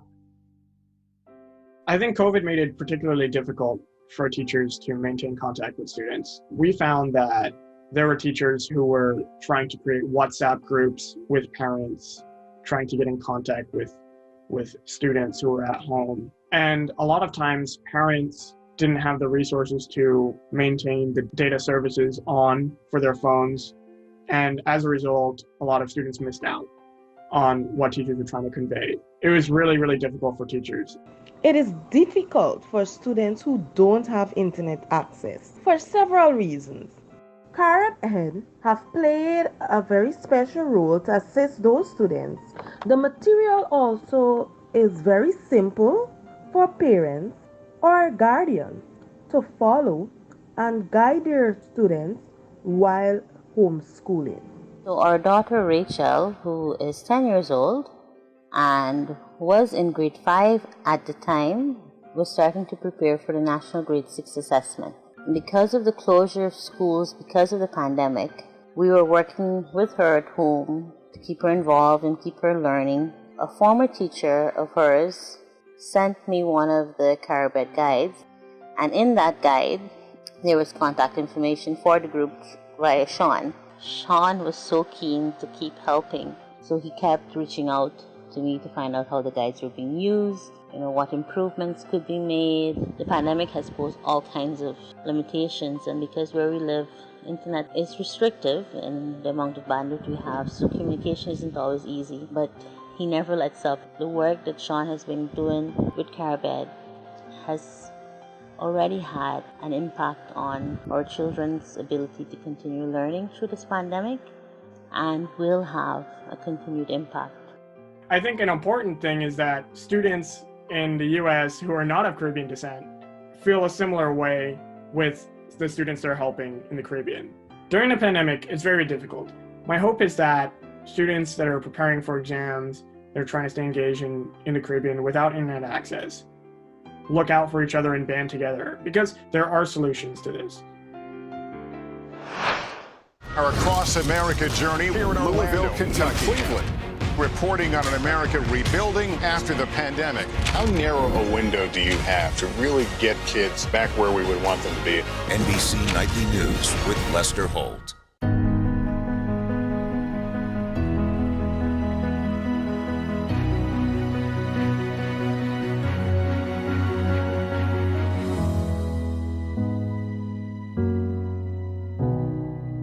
Our Across America journey here in Louisville, Kentucky, Cleveland, reporting on an America rebuilding after the pandemic. How narrow a window do you have to really get kids back where we would want them to be? NBC Nightly News with Lester Holt.